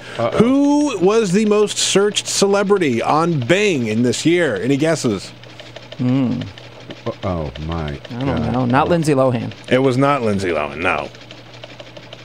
Number one was? Madonna. No, Madonna was on the list at number 5, remarkably. But number 1 was Beyonce Knowles. Number 1. Oh, yeah. Number 2 was Kim Kardashian. Number 3 was Rihanna. And sadly, coming in at number 10 was Barack Obama. Oh. Well, I was trying to build Kathleen Sebelius up. I've been searching for her every day. Not even the top 10, huh? But you know, when you hear those names, there are no surprises there, really. No, I mean, Miley Cyrus is on the list. Justin Bieber is on the list. Taylor Swift. And then there's poor old Barack Obama. Yeah. Down at the bottom. Yeah, and I was only number 12 this year. Sorry, buddy. Yeah. There's always next year. I hate Work on your twerking. Hate to disagree. You might make it. So I was at the White House briefing yesterday, Igor, and Yes. most of the conversation was, and most of the questions were about the website, the fix of the website, because, and that's the reason I rushed back from Sicily to be here Saturday on November 30th, because I had to be here to find out whether they met their goal. The world wanted to know. Right. Everybody was waiting to see on Sunday morning the Jeff Zients for the administration, the guy who President Obama said, it's your job, fix this website. They said they would have it fixed by November 30. And Jeff Zients said, we've made a lot of progress. It's 95% complete, or working 95% of the time. Up to 95% of the time. And yesterday, Jay Carney told us that on Monday morning, they had seen a lot of interest. By noon today, 375,000 visitors to the site. Visitors, not necessarily signed up, but visitors to the site. A lot of those were journalists. Some of those were. So, mission accomplished? I think getting to mission accomplished, or getting to a point where they can claim that the law is working. You know, I think at this point, the definition of success has really changed. If you talk to the administration back in September, before the rollout, they would tell you, we're going to have 7 million people by the end of 2014. That's what the Congressional Budget Office projected, and that's kind of what they were shooting for. Now the definition of success is, as long as you can get enough young and healthy people into the risk pool to maintain market stability so that premiums don't get all out of whack in 2015, that's success. And they're moving in that direction. The user interface seems to be functioning well. I mean, there are still problems. People are still facing errors, but some 80% who log onto the website are able to go from beginning to end without any problems. It is smoother. More people are getting in. And there's this extra little feature now that if they can't handle you at that given time, they'll tell you you're in the queue, basically, right? You're in this waiting room, and then you're called when there's room. And we'll send you an email when we can. That's just like basically a doctor's office, yes, right, when your turn is up. Yeah. But the problem, though, still in terms of the site is on the back end. There are insurers who say that the information they're receiving daily in terms of who enrolled and what kind of coverage they chose, these are so-called 834 transmission forms, that they still contain errors. There's duplicates. There's just erroneous information. The administration announced yesterday that about 80% of the problem was resolved through a fix they did, but there's still some issues, and insurers are naturally worried because you have 3 weeks until December 23rd. That's the last day you can buy coverage until it kicks in January 1st. So there's a tight window, and you have this rush of people after the holidays trying to buy coverage, both meet the mandate and because, you know, they want insurance. They've been uninsured for so long. And the question moving forward in the days and weeks ahead is, will the website hold the traffic, and will enough people kind of sign up, and the right people, in terms of young and healthy people, sign up to make this whole thing hold? Now, I'm just looking here online to the Hill website. Pardon me. To X out of Think Progress, go to the Hill, yes. For my column this morning, okay? Yeah. The headline of which is, "No Excuse for Bad Rollout." And here's the question I ask in this column. Given the fact that this is the president's #1 legislative priority, right? Given the fact that millions of people depend, in order to be able to buy health insurance, on this thing working, I mean, you can just there was so much at stake here. Given the fact that that I guess people's belief that government can do anything right, was almost on the line as well. Given all that was at stake here, and given the fact they had 3 years to get it right, is there any excuse for the fact that they launched this thing without obviously doing all of their homework? There really isn't. You read some of the accounts in terms of what went wrong, and you can point your finger at the contractor, at the administration, at all kinds of people. And it's really hair-raising, the level of incompetence, the fact that they were months before launch and contractors were telling them they were behind schedule, and they were pushing ahead, and they were delaying key decisions because they were afraid that it would get tied into the 2012 election. And just a real mess from both ends. And the fact that, frankly, the president wasn't on top of this, the fact that his team didn't have a single person spearheading and managing the effort is a real failure, frankly. With all these different government agencies, not to mention the state insurance commissioners, plus the insurance companies, right? All of these different people involved. You needed one person who was like the systems coordinator. I think that's what they call it. And they didn't have one. Yeah, a decision was made at one point, early after the law was passed in 2010, that the people who are going to be heading up implementation are going to be the policy people who designed and helped pass the law. And that appears to be a key mistake, that if he had someone whose main responsibility was to coordinate this thing, brought someone in with managerial experience, we could have been in a very different place today. Why hasn't anybody been fired? I think they are very focused on making sure this thing works. Certainly now that they... if this happened in the private sector, right? Yeah, people would be gone. I think they felt that because of the filibuster, if they fired someone, they would have never been able to replace that person. Now that they deployed the nuclear option, it's a lot easier to get rid of certain people, to confirm new hires into those positions. I think that's coming down the line. But look, I think it's smart to make sure the website works, because at the end of the day, that's what matters. Accountability is certainly important. I think they'll get to that. I think a lot of heads are going to have to roll over this. But now that they're kind of on track to success, all of the people who made a lot of those key decisions, I think, are shaking in their boots now, knowing that something's probably coming down the pipe. So now we're saying, let's get it fixed first. Right? Yes. Igor Volski here from Think Progress, thinkprogress.org. In fact, and when we come back, I want to get your take. You've been talking about something we started talking about this morning earlier. Amazon and Jeff Bezos saying, we got a drone coming to your front door. I think Progress is all over it. 866-55-PRESS is a toll-free number. We'll be right back. This is the Bill Press Show.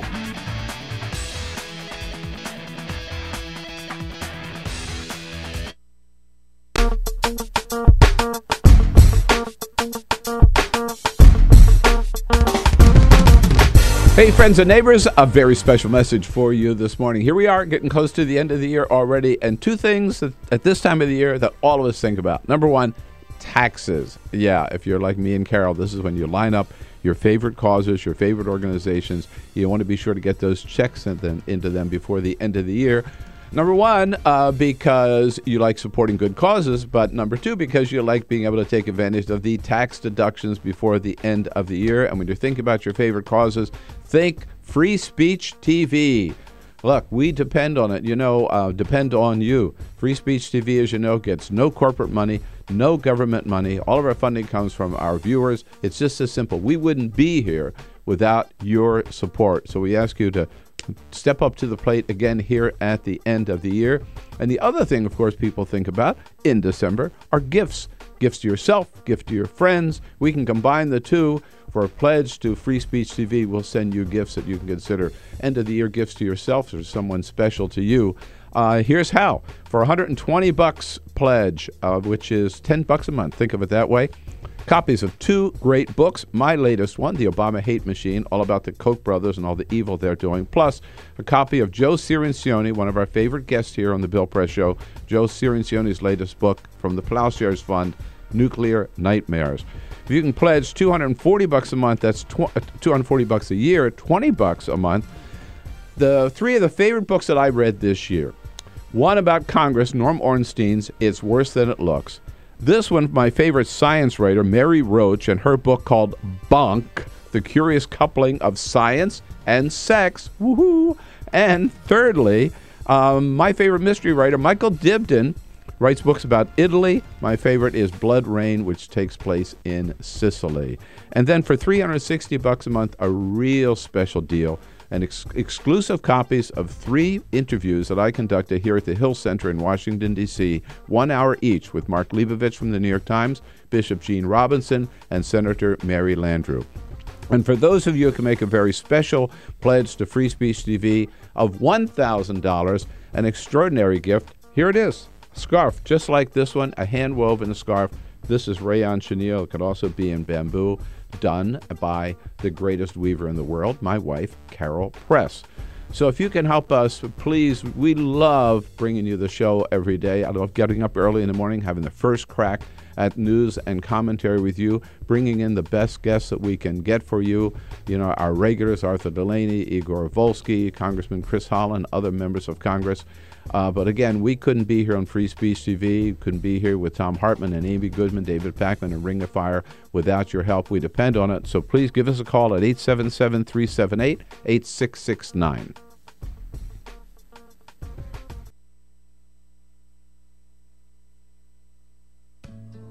You wouldn't let money just blow out of your house. So when your AC or heater is on, make sure the doors, windows, and fireplace flue are shut tight. If you're headed out, turn down the AC or lower the heat by 10 degrees. And always keep your water heater set at 120. A little bit of common sense goes a long way. Get more great tips at energysaver.gov. So, I'm kind of new here, but I've noticed a trend. My human does this funny thing where she goes around and gets all my toys, and then she hides them in that basket by the door. You know, but it's always the same basket, and it's always in the same place.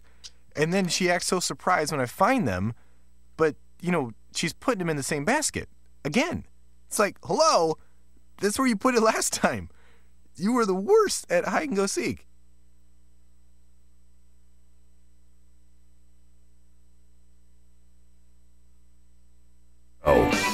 You bet it is 26 minutes after the hour now. Igor Volski here in studio with us from Think Progress, managing editor, thinkprogress.org. Check it out. And we're going to be talking about the whole shopping experience from Thanksgiving to Black Friday over the weekend, Cyber Monday, Cyber Week, with Jason Brewer from the Retail Industry Leaders Association in the next half hour. Igor, earlier we started the show talking about the stunning announcement by Jeff Bezos that they were going to have a drone delivering packages within 30 minutes to your front door. Drones. Within 5 years, they said they could do this. CBS obviously fell for it. They gave them a half an hour to make that big plug on Sunday night. You at Think Progress seem to be a little more skeptical. We're a little cynical about this. You know, a big announcement on the eve of Cyber Monday. No. About Amazon.com that everyone's talking about into the week. Yeah.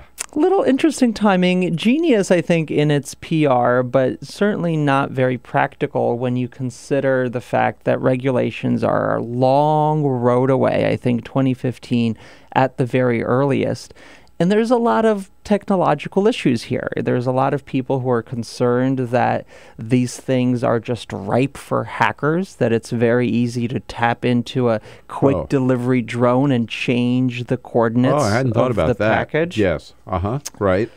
And just all other vulnerabilities, safety concerns of drones crashing into people, damaging property. They'll have to make them like bats, right? So they have radar. So yeah, I think so. So, you know, a kind of a cute idea, but I think a long ways off, but very clever marketing. I want to see what those sales are for Amazon if they increased year after year, even though they didn't for retail as a whole. All the headlines yesterday. All the headlines. All the headlines. Online, in print, on the air, right? Amazon. That's what everybody was talking about. It was a marketing genius. They've got 5 reasons why the drones won't work at thinkprogress.org. Igor Volski, thank you. Is the Bill Press Show.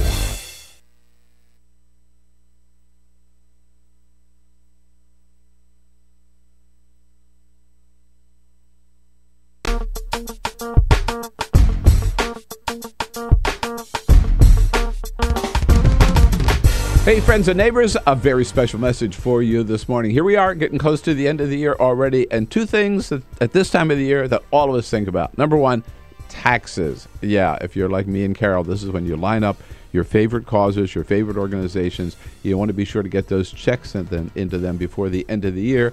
Number 1, because you like supporting good causes, but number 2, because you like being able to take advantage of the tax deductions before the end of the year. And when you're thinking about your favorite causes, think Free Speech TV.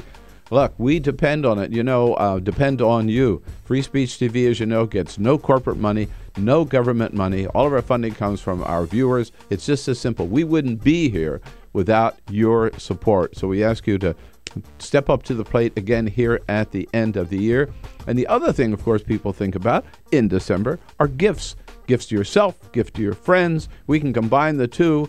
For a pledge to Free Speech TV, we'll send you gifts that you can consider end-of-the-year gifts to yourself or someone special to you. Here's how. For $120 pledge, which is $10 a month, think of it that way, copies of 2 great books. My latest one, The Obama Hate Machine, all about the Koch brothers and all the evil they're doing, plus a copy of Joe Cirincione, one of our favorite guests here on the Bill Press Show, Joe Cirincione's latest book from the Plowshares Fund, Nuclear Nightmares. If you can pledge $240 a month, that's $240 a year, $20 a month. The 3 of the favorite books that I read this year. One about Congress, Norm Ornstein's It's Worse Than It Looks.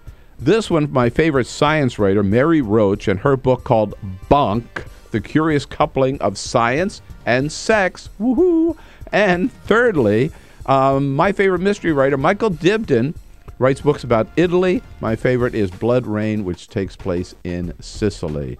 And then for $360 a month, a real special deal, and exclusive copies of 3 interviews that I conducted here at the Hill Center in Washington, D.C., 1 hour each, with Mark Leibovich from the New York Times, Bishop Gene Robinson, and Senator Mary Landrieu. And for those of you who can make a very special pledge to Free Speech TV of $1,000, an extraordinary gift, here it is. Scarf, just like this one, a hand-woven scarf. This is rayon chenille. It could also be in bamboo, done by the greatest weaver in the world, my wife, Carol Press. So if you can help us, please, we love bringing you the show every day. I love getting up early in the morning, having the first crack at news and commentary with you, bringing in the best guests that we can get for you.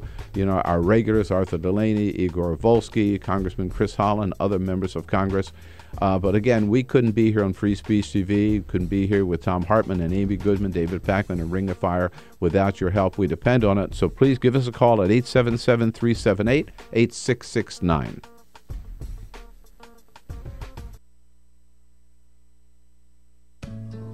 You wouldn't let money just blow out of your house. So when your AC or heater is on, make sure the doors, windows, and fireplace flue are shut tight. If you're headed out, turn down the AC or lower the heat by 10 degrees. And always keep your water heater set at 120. A little bit of common sense goes a long way. Get more great tips at energysaver.gov. So, I'm kind of new here, but I've noticed a trend. My human does this funny thing where she goes around and gets all my toys, and then she hides them in that basket by the door. You know, but it's always the same basket, and it's always in the same place. And then she acts so surprised when I find them, but, you know, she's putting them in the same basket. Again. It's like, hello, that's where you put it last time. You were the worst at hide and go seek.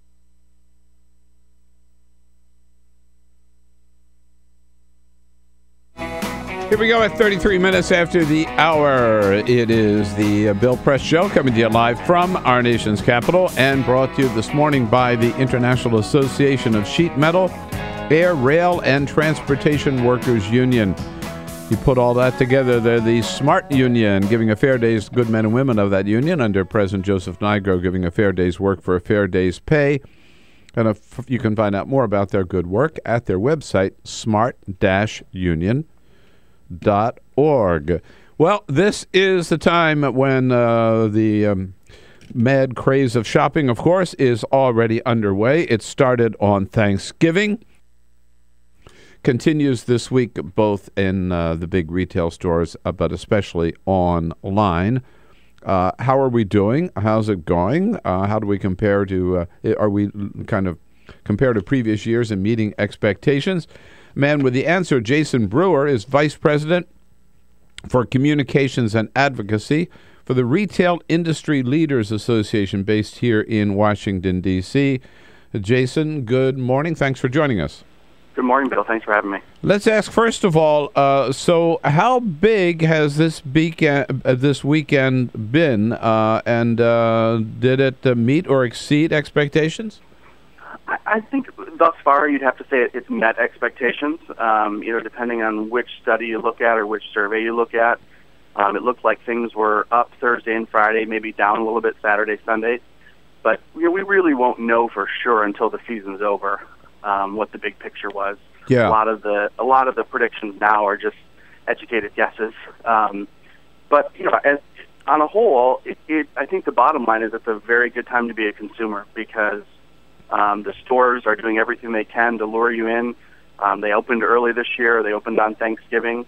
A lot of people talked about whether people would truly want to leave Thanksgiving dinner to go shopping, but millions of people did. And so, I think it was thus far a pretty good weekend. But, for anyone listening, I think the key is that it's a great time to be a consumer because stores are doing everything they can to match prices and to beat each other. And so, do your homework and take it into the store with you because they want your business and they're willing to match prices. Well, I wanted to start there because I've seen so many conflicting reports, that this is like the best ever, or it was a little lower than last year. It's all, the reports are really all over the place. Yeah. Yeah. And so, depending on what paper you pick up, you may read a different headline. On Thanksgiving, do we know enough yet to know that it was worth the time and effort to open the stores on 6 p.m. to bring in that many people and ring up some enough sales to make it worthwhile? I think you'd have to say it was worth it just based on the traffic alone. Huh. What we won't know necessarily until the end of the season was, did that drive additional spending or did it simply move up purchases? Hard to say at this point. But the shopping season's a little shorter this year, and so retailers were, doing everything they could to sort of extend that period and, give consumers more opportunities to go into the store. What are people spending? Any idea of the average? I don't know the average dollar amount, but the one thing that I found interesting is that electronics for the first time may surpass clothing as the number one item. Really? Yeah. Yeah. So that'll be the first time that happens if that trend holds. I would have thought that electronics might have surpassed clothing even before, and I also saw the number one I keep coming back to this. The number one bestseller at Walmart were towels. Yeah, right? I saw that too. That was a bit of a puzzler, but I think for a lot of people, it's not just a time to buy presents. It's a time to stock up on deals and find items that they need that they may find a deal on that they're not going to find the rest of the year. Now, as one of the leaders of the Retail Industry Leaders Association, have you set a goal for this holiday season that, okay, this year we want 200 million shoppers, or we want to hit, $8.9 billion in sales or anything? Are there goals out there? I think individual companies have their own goals, obviously, but as an association, we don't set any sort of foot traffic goal or dollar goal. We tend to view things through more of a public policy prism. One of the things we're focused on is the Marketplace Fairness Act, which is the legislation that would require online retailers to finally begin collecting sales tax the same way brick and mortar stores do. Mm-hmm. That's something that's sort of on our holiday wish list, if you will, for Congress to take up. So that's sort of what we're focused on during the holiday season from a public policy standpoint. It's interesting you mentioned that. I was going to ask you about it. The Supreme Court yesterday refused to jump into that case. They had been asked to take the case about whether states can start requiring online retailers to charge a sales tax as well as brick and mortar stores. So so that means, do you expect more likely that Congress will act, or is it going to be state by state? States have pretty much taken this as far as they can. In order to have a true sort of level playing field where everybody plays by the same rules, you've got to have federal legislation. So a number of states have passed laws that have sort of nibbled around the edges, have required companies like Amazon to collect based on the physical presence of a warehouse or a distribution center. Mm-hmm. California, I know California passed a law like that, right? Yep, California, Texas, Pennsylvania, Jersey, Virginia, a lot of states actually are now collecting sales tax on Amazon purchases. But to get the whole playing field level, you really need Congress to act. We did have a bill that was passed through the Senate in May, had an overwhelming bipartisan vote, not something you see every day in the Senate. So I think we had 69 votes on final passage. Now it's over in the House, and it's in the Judiciary Committee. The chairman there is taking a different look at it and wants to make some changes, but we feel reasonably confident that this will be sort of the last holiday season where the online retailers have that sort of special advantage over Main Street retailers. Well, this is a controversial issue for sure, and one that is often debated. I had this debate with friends over brunch on Sunday, and I was the only one arguing for legislation that would require online retailers to charge the sales tax. I think so many people who buy so much stuff online, they don't want to have to pay sales taxes on their purchases. Why should they? Well, next time you go to brunch, I'll arm you with one additional fact. Okay. If you purchase something online and the online retailer does not collect that sales tax, you still owe it as a taxpayer legally. There's something called the use tax. It's sort of the kissing cousin of the sales tax. And all of us who shop online, when that sales tax isn't collected, we technically owe the state the use tax. Now you can imagine how many people know that and how many people pay it. I'm stunned. I had no idea. And how many? Very few people know that, but technically we all still owe it. So it's not a tax increase. It's simply a matter of collecting a tax that is already legally owed to start with. So I'll arm you with that for your next brunch battle. But at the end of the day, this is also sort of a free market issue. If the government is saying to one retailer, you don't have to collect a 7 to 8% tax, and you say to another retailer, you do, which retailer do you think is going to grow faster? The one that has to collect the levy or the one that doesn't? And so it's a fairness issue, correct? It is a fairness issue, and if you want every retailer to have a fair shot, whether you're big or small or online or off, brick and mortar, everybody should play by the same set of rules, and that's all really we're asking for is let everybody compete. As I mentioned at the top, this is a great time for consumers because stores are willing to match prices, beat people.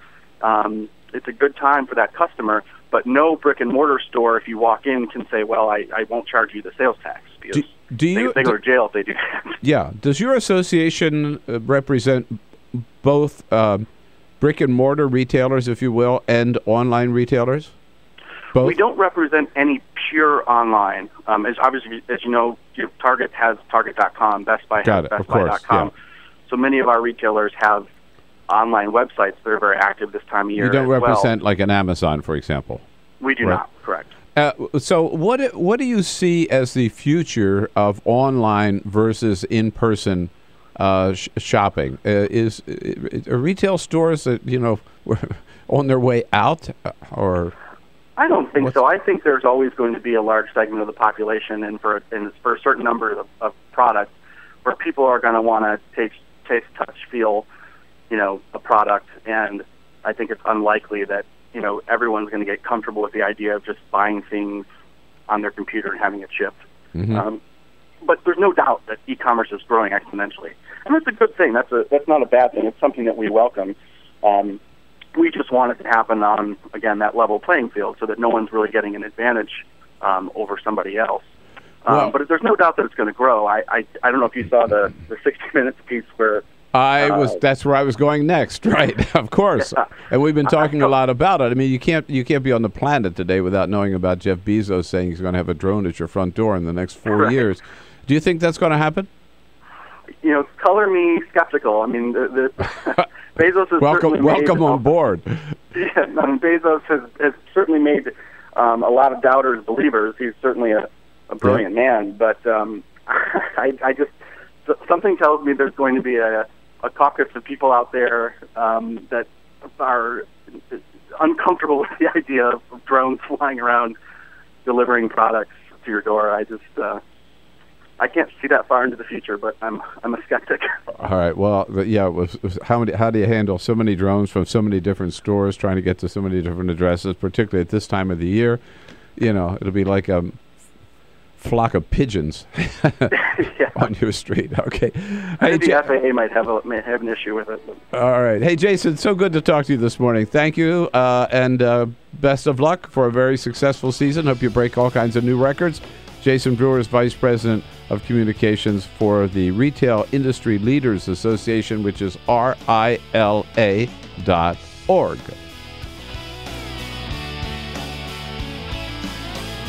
Connect with The Bill Press Show on Twitter. Follow us at BP Show and tweet using the hashtag WatchingBP. This is The Bill Press Show.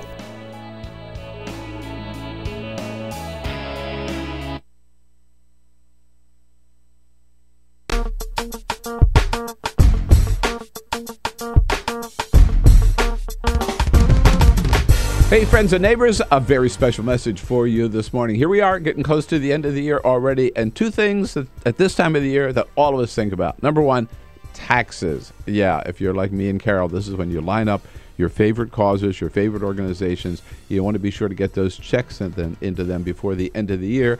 Number one, because you like supporting good causes, but number two, because you like being able to take advantage of the tax deductions before the end of the year. And when you think about your favorite causes, think Free Speech TV. Look, we depend on it, depend on you. Free Speech TV, as you know, gets no corporate money, no government money. All of our funding comes from our viewers. It's just as simple. We wouldn't be here without your support. So we ask you to step up to the plate again here at the end of the year. And the other thing, of course, people think about in December are gifts. Gifts to yourself, gifts to your friends. We can combine the two. For a pledge to Free Speech TV, we'll send you gifts that you can consider end-of-the-year gifts to yourself or someone special to you. Here's how. For $120 pledge, which is $10 a month, think of it that way, copies of two great books. My latest one, The Obama Hate Machine, all about the Koch brothers and all the evil they're doing, plus a copy of Joe Cirincione, one of our favorite guests here on the Bill Press Show, Joe Cirincione's latest book from the Plowshares Fund, Nuclear Nightmares. If you can pledge $240 a month, that's $240 a year, $20 a month. The three of the favorite books that I read this year. One about Congress, Norm Ornstein's It's Worse Than It Looks. This one, my favorite science writer, Mary Roach, and her book called Bunk, The Curious Coupling of Science and Sex. Woohoo! And thirdly, my favorite mystery writer, Michael Dibdin, writes books about Italy. My favorite is Blood Rain, which takes place in Sicily.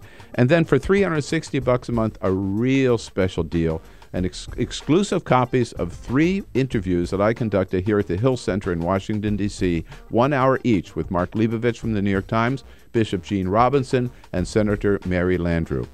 And for those of you who can make a very special pledge to Free Speech TV of $1,000, an extraordinary gift, here it is. A scarf, just like this one, a hand-woven scarf. This is rayon chenille. It could also be in bamboo, done by the greatest weaver in the world, my wife, Carol Press. So if you can help us, please, we love bringing you the show every day. I love getting up early in the morning, having the first crack at news and commentary with you, bringing in the best guests that we can get for you. You know, our regulars, Arthur Delaney, Igor Volski, Congressman Hollen, other members of Congress. But again, we couldn't be here on Free Speech TV, couldn't be here with Tom Hartman and Amy Goodman, David Packman, and Ring of Fire without your help. We depend on it. So please give us a call at 877-378-8669.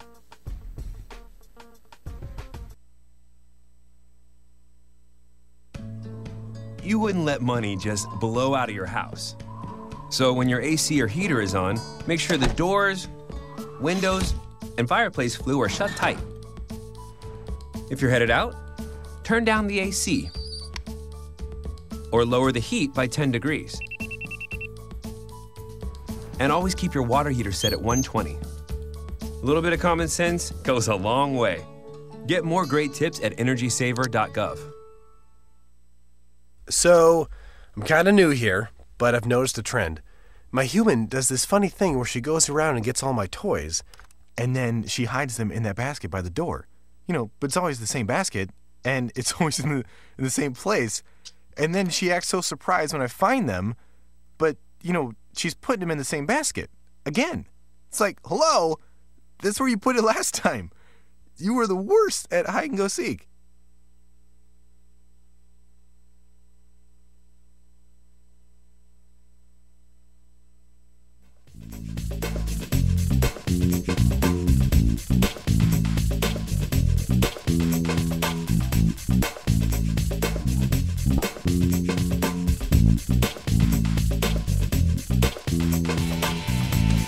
Here we go, 11 minutes before the top of the hour on a Tuesday, December 3rd. Congressman Van Holland, ranking Democrat on the House Budget Committee, will be here in studio with us in the next hour. We'll also be talking with former Governor Brian Schweitzer from the state of Montana. We're here in our studio in Washington, D.C. It's a little chilly outside today. That's why you see, as one of the reasons why you see me wearing this beautiful red scarf today. It is one of the scarves, hand-woven scarves, done by my wife, Carol Press. And if you're interested in a rayon chenille scarf like this, they're wonderful, very warm, make great holiday gifts, and this is the season to think about that.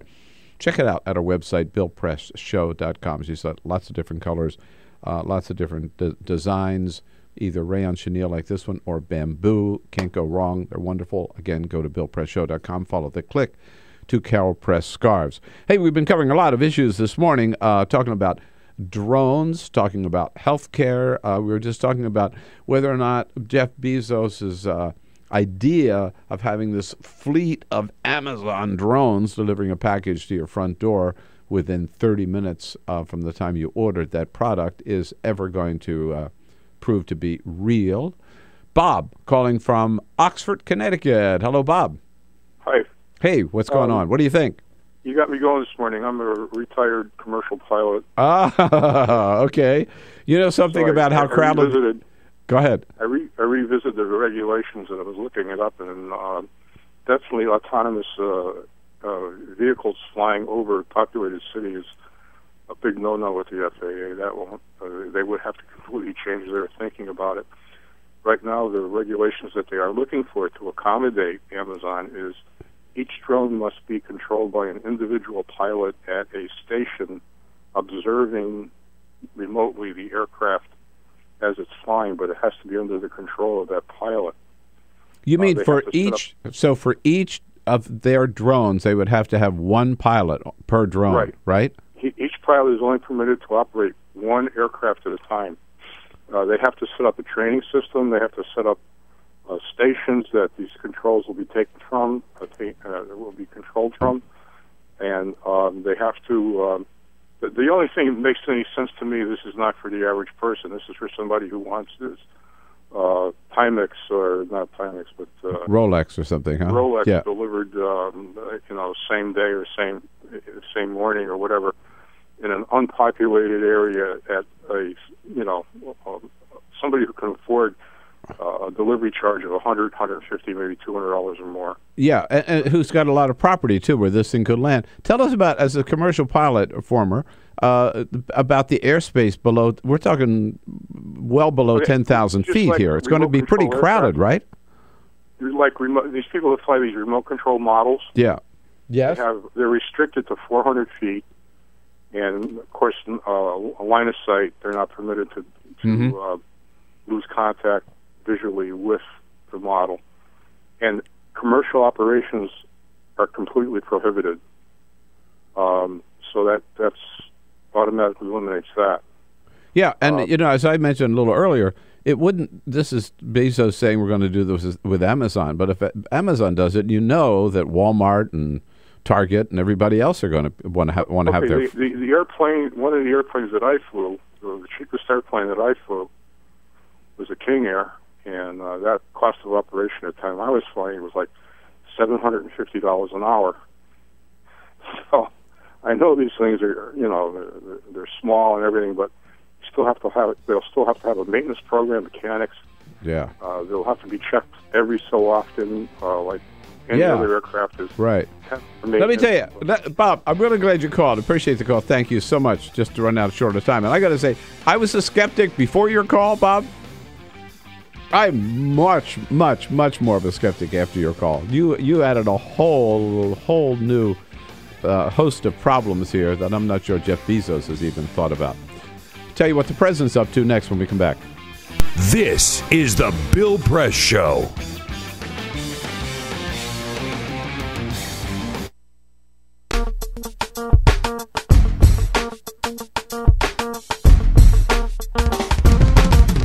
Hey, friends and neighbors, a very special message for you this morning. Here we are, getting close to the end of the year already, and two things at this time of the year that all of us think about. Number one, taxes. Yeah, if you're like me and Carol, this is when you line up your favorite causes, your favorite organizations. You want to be sure to get those checks into them before the end of the year.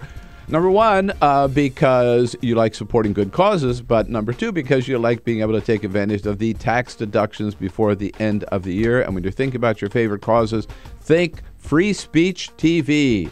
Look, we depend on it, depend on you. Free Speech TV, as you know, gets no corporate money, no government money. All of our funding comes from our viewers. It's just as simple. We wouldn't be here without your support. So we ask you to step up to the plate again here at the end of the year. And the other thing, of course, people think about in December are gifts. Gifts to yourself, gifts to your friends. We can combine the two. For a pledge to Free Speech TV, we'll send you gifts that you can consider end-of-the-year gifts to yourself or someone special to you. Here's how. For $120 pledge, which is $10 a month, think of it that way, copies of two great books. My latest one, The Obama Hate Machine, all about the Koch brothers and all the evil they're doing, plus a copy of Joe Cirincione, one of our favorite guests here on the Bill Press Show, Joe Cirincione's latest book from the Plowshares Fund, Nuclear Nightmares. If you can pledge $240 a month, that's $240 a year, $20 a month. The three of the favorite books that I read this year. One about Congress, Norm Ornstein's It's Worse Than It Looks. This one, my favorite science writer, Mary Roach, and her book called Bunk, The Curious Coupling of Science and Sex. Woohoo! And thirdly, my favorite mystery writer, Michael Dibdin, writes books about Italy. My favorite is Blood Rain, which takes place in Sicily. And then for $360 a month, a real special deal, and exclusive copies of 3 interviews that I conducted here at the Hill Center in Washington, D.C., 1 hour each with Mark Leibovich from the New York Times, Bishop Gene Robinson, and Senator Mary Landrieu. And for those of you who can make a very special pledge to Free Speech TV of $1,000, an extraordinary gift, here it is. Scarf, just like this one, a hand-woven scarf.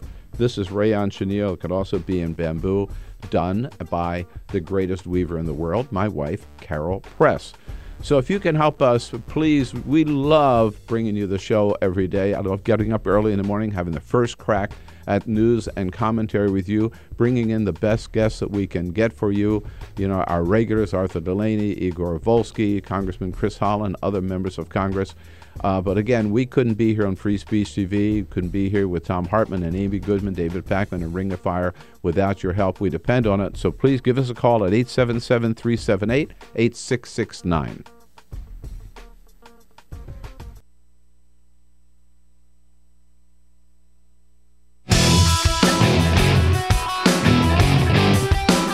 This is the Bill Press Show. All right, in the next hour, Congressman Van Holland, part of the Democratic leadership in the House, ranking Democrat on the House Budget Committee, will be here in studio with us. President Obama, busy schedule today. First, he will be hosting the President of Colombia, President Juan Manuel Santos, with a meeting in the Oval Office, and then lunch with the President. Then in the afternoon, he will be welcoming some new ambassadors to the United States. They call that the ambassador credentialing ceremony, which will be held in the Oval Office, the President welcoming them and accepting their credentials. And then later this afternoon, he'll be meeting with Secretary of Defense Chuck Hagel before his trip to the Middle East, meeting with him in the Oval Office. Our briefing today with Press Secretary Jay Carney is at 12:30. I'm sure there'll be lots more questions about the website and how it's going. Chris Van Hollen in studio with us. Is the Bill Press Show.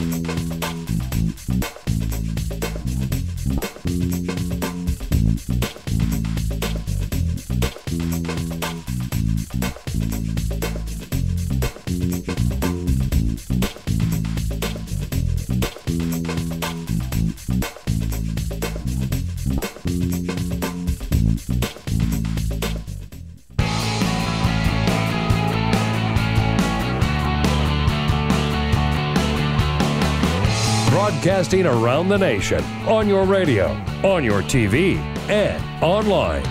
This is The Bill Press Show. All right, 375,000 people logging into the healthcare website yesterday. That's progress. Yeah, and it's working a lot better. Good, things looking up.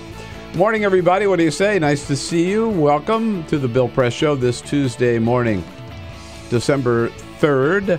So good to see you. So good to have you with us on your local progressive talk radio station, of course. And for those of you checking out our video feed all around the globe, 133 different people from 133 different countries we've discovered so far on the video feed on their laptop or their or on your desktop or laptop or iPad or whatever. Good to have you with us, whether you're watching or listening here to the Bill Press Show. And don't forget, you can join us at 866-55-PRESS at any time. That's our toll-free number. And we always want to hear your comments on Twitter at BP Show and on Facebook at facebook.com/Bill Press Show. Congress is back in session. Don't expect them to get a lot done, but there are some important issues they hope to resolve before the end of the year. One man in the middle of it all, in a very important position, is the ranking Democrat on the House Budget Committee, our good friend Congressman Van Holland from the neighboring state of Maryland, in studio with us this hour, this half hour at any rate. Hey, Congressman, good to see you. Bill, always good to be with you. Thanks for coming in. I think your car knows the way. Before you go to your office, you stop here, right? Absolutely. This is a must-stop in the morning, Tuesday mornings especially. Yeah, appreciate that very, very much. And joining our team here, Peter Ogburn, of course, leading it up, with Elisa Murphy, our new member, and Alicia Cruz, got the phones covered, and Cyprian Bolding having us looking good on the video stream. Peter, we got to play it one more time, okay?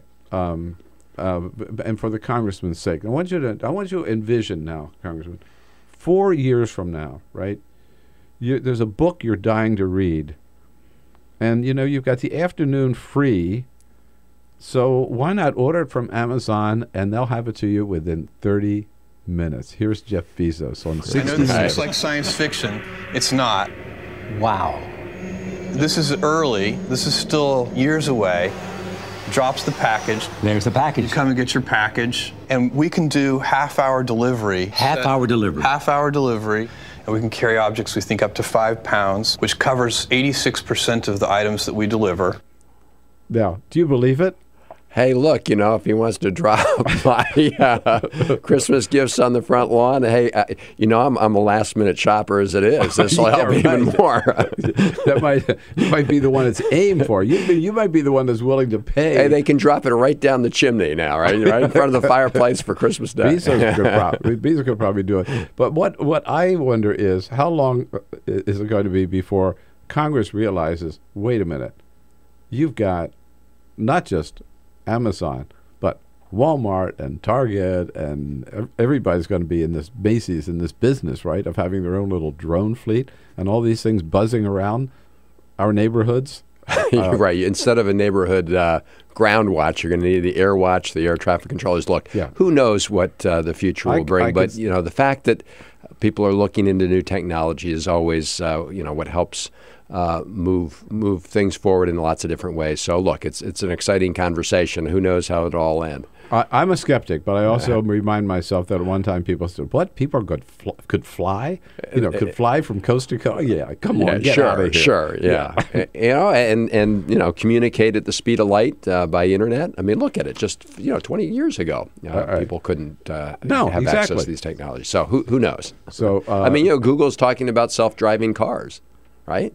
I mean, that, Let me tell you, I find that so scary. They're not talking about it. They are doing it. There was 2 weeks ago in the New Yorker, I read a piece about in the Bay Area particularly, they've got to use them every day on the highways there. And they're legal in California. And there's not a whole fleet, but they've got these cars, and they drive them from the Bay Area down to Stanford and back, and down to Silicon Valley and back. Right. So from my perspective, that's even more kind of mind-boggling than the idea of a drone dropping a package on your yard. The other one, the drone thing has other issues, but it does. Congressman Chris Van Hollen here with us, and we'll be joined by former Governor Brian Schweitzer from Montana at the half. Well, Congressman, here was the headline yesterday I've got to ask you about. Don't take this personally. The headline was the least productive session of Congress ever. And they're talking about, of course, this 2-year period just ending. Has the 112th Congress has emerged, here's USA Today, as the least productive 2-year legislating period on record, while 2013 is on track to become the least productive single year in modern history. Right or wrong? Right. And it's a sad state of affairs, and there's no justifying this sad state of affairs. Well, you can look to see what the problem is. I mean, you've got a Tea Party that has the House of Representatives in lockdown right now and preventing us from moving forward on major pieces of legislation for this country. You could dramatically change that record in 24 hours if Speaker Boehner would simply allow democracy to work its will in the House of Representatives. We could pass a comprehensive immigration bill that passed on a bipartisan basis out of the Senate. We could pass the bipartisan farm bill that came out of the United States Senate before the House of Representatives decided to gut the food and nutrition programs by $40 billion and threw that whole process into disarray. We could immediately pass legislation to prevent discrimination against gays in the workplace. We could do that bill in 24 hours if the Speaker would simply allow the House to vote. You could also perhaps get an agreement on the budget, which is something I want to talk to you about that you're very involved with. So, isn't the reality, Congressman, that while you and I may lament the least productive session of Congress, there are members of Congress who are proud of that? Well, that's right. You've got lots of folks, again, mostly these Tea Party folks that have taken over the House, who are celebrating the fact that the House of Representatives has not done anything. They think that's a measure of progress. They think that's a matter of pride. And the result is there are lots of important issues that go unresolved because, just like the country moves on, it's important to modernize our laws. I mean, if your laws are stuck in the last century, then you're not going to be equipped as a country for the 21st century. Immigration reform is a perfect example of the need to fix a broken system. And yet, again, they've refused to even hold a vote. So I guess if I'm a Tea Party member of the Tea Party, I'm elected to Congress promising less government, I can go home and say, hey, I delivered. right? Not only did they deliver less government, but they've broken the government. So what they do is they claim that government can't accomplish anything, and then they set out to prove themselves accurate by essentially undermining essential pillars of government by keeping in place things like the sequester, which are these very deep across the board cuts, which make it more difficult for the government to operate efficiently. And the question that I get asked often by friends is, how do we fix it? Can we fix it? Will it ever change? And how do we fix it? What's it going to take? Well, that's the big question. And, you would hope in the short term there might be some areas where we could find some cooperation and some agreement. We're still working hard to try and resolve, for example, the Farm Bill. We're trying to resolve this budget issue you mentioned.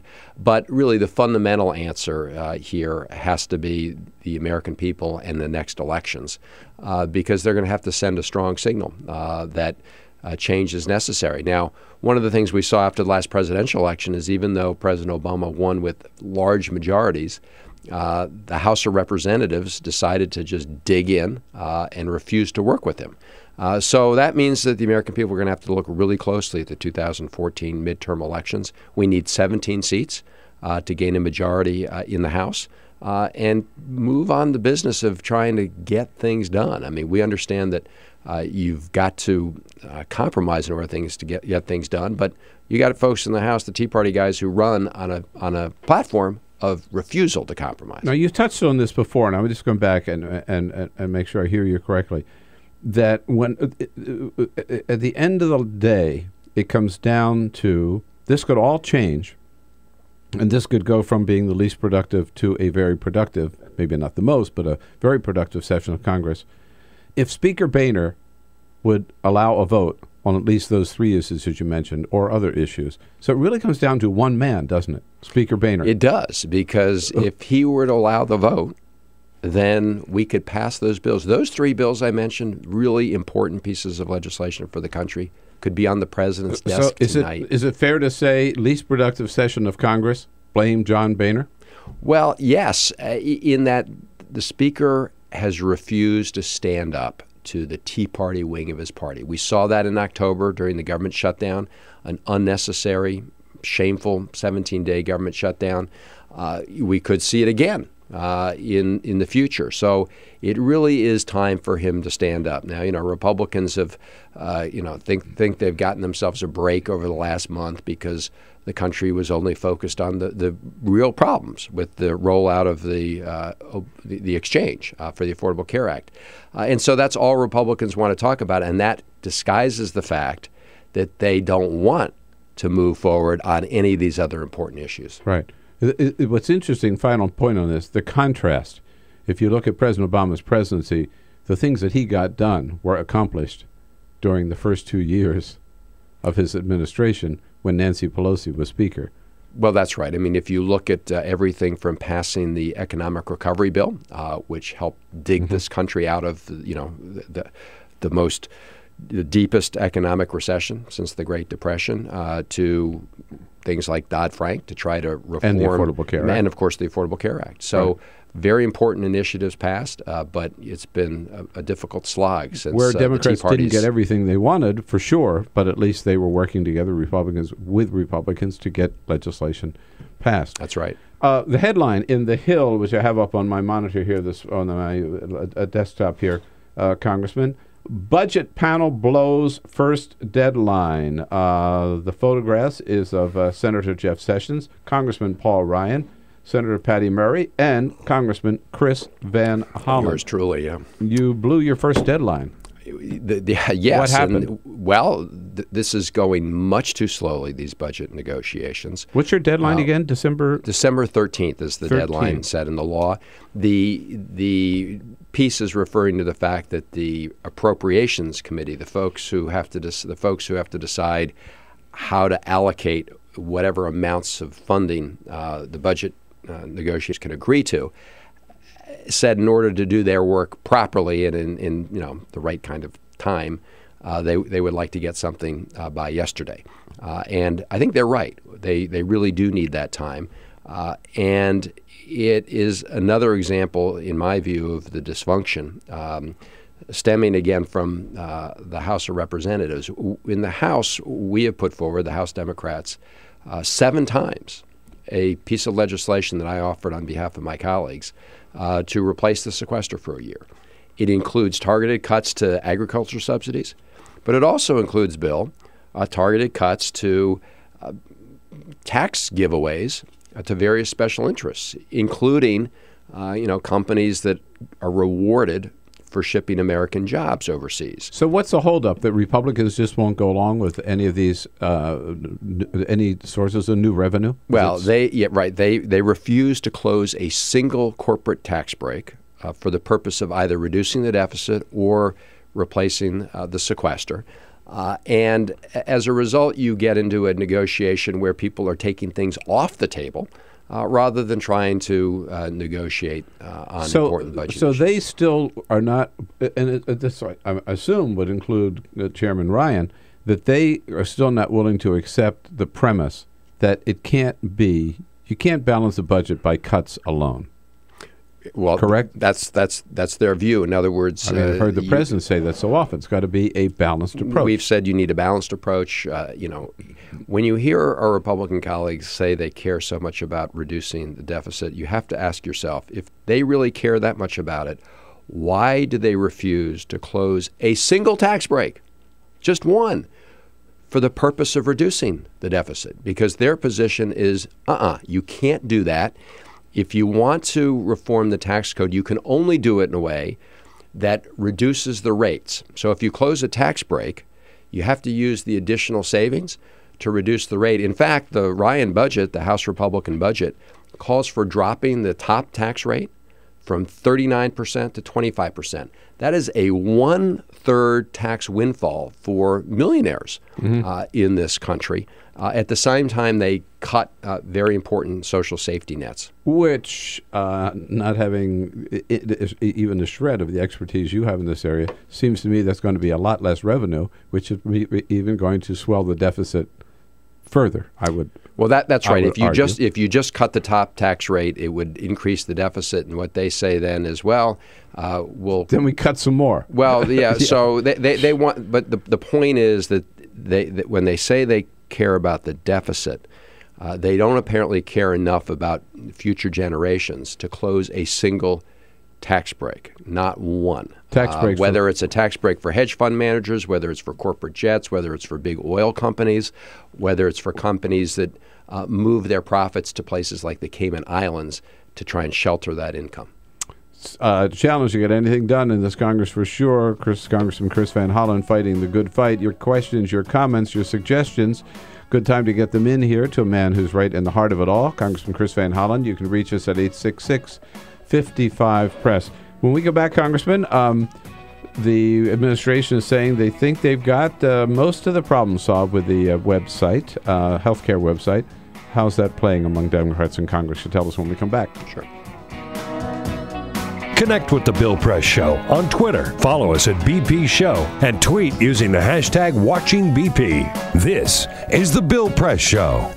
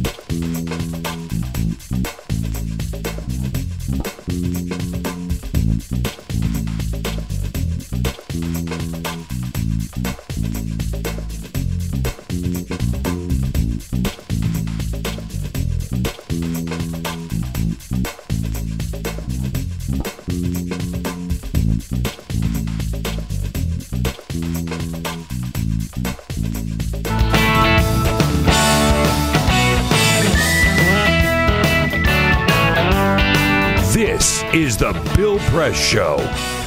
Boy, talk about a 1-2 punch here. 26 minutes after the hour, Congressman Chris Van Hollen in studio with us, followed by former Governor Brian Schweitzer. Telling you, doesn't get any better than that. Congressman, I was at the White House yesterday. Jay Carney telling us, following up on what Jeff Zients announced on Sunday, that for the most part, for the vast majority of people now, the website is functioning, maybe up to 90-95% efficiency. And 375,000 people visited the website by noon yesterday. So have we kind of put all that mess behind us? Well, important progress. I clearly turned a corner, but it would be a mistake to think that the problem has been fully addressed. This is going to be something people need to be on 24/7 to make sure that consumers can purchase these policies before December 23rd so that they can sign up by January 1st. Or, of course, if they want to wait, they have through the end of March of next year. But we need to get this up and running, and there are reports of issues, as you know, with the back end of the system, making sure that once you've gone on that website and signed up for an insurance policy, the insurance company knows that you're actually enrolled with them. And so they're going to have to get on this in a big way right now. Just about 15 seconds. Are you confident they're going to get it right? Look, only the experience of consumers will tell us whether or not that's the case. So I don't want to make any predictions. I do have to salute Jeff Zients for coming in, trying to put out the fire here. He's done a good job at turning the corner.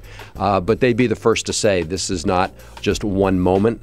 This is a continuing effort Let's get it right. Nobody's putting up the mission accomplished banner. They're right not to do so. Exactly. Congressman Chris Van Hollen, great to see you. Thank you, sir, for coming in again today. Good to be here with you today. Now go back and get things fixed up here. We'll try. Brian Schweitzer next. Is the Bill Press Show. From Woodstock to...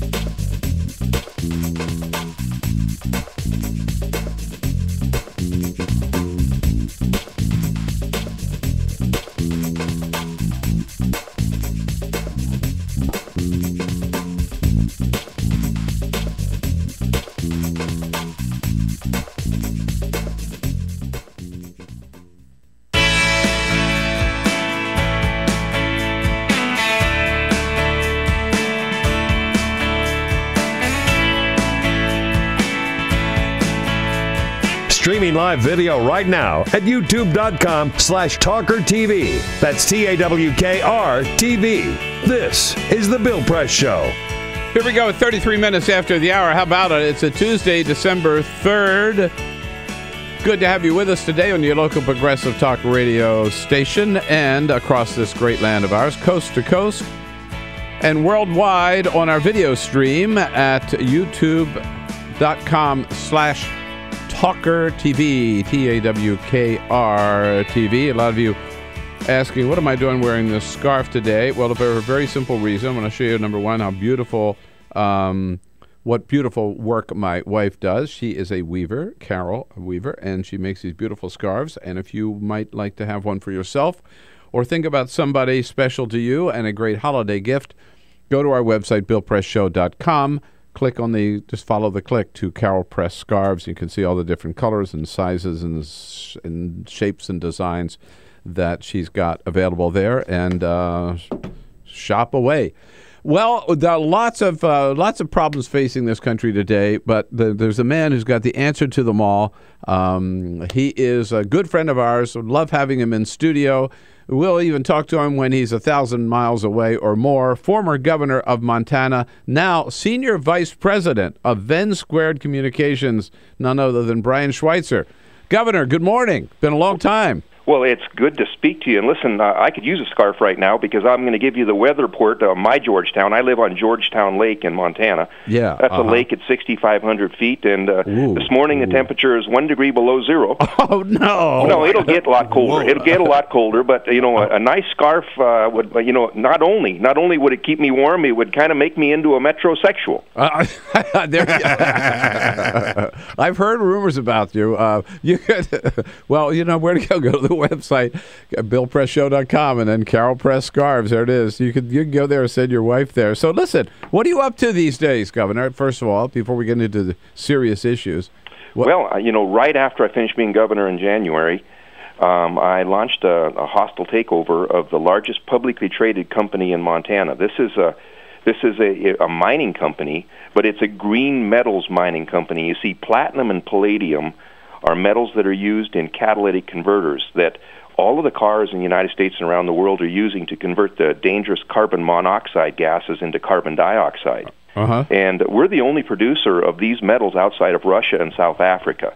And the management was making some really big mistakes there, and they were, honestly, had they continued, they could have threatened the enterprise. And it is the most strategic metal produced in the United States. We launched a hostile takeover, and now I'm chairman of the board of that mining company, and I'm very proud of the work that we're doing there. And there's 1,700 people working here in Montana that are just doing a wonderful job. Yeah. And they're represented by the steelworkers. It's platinum and palladium. Palladium. Wow. Represented by the steelworkers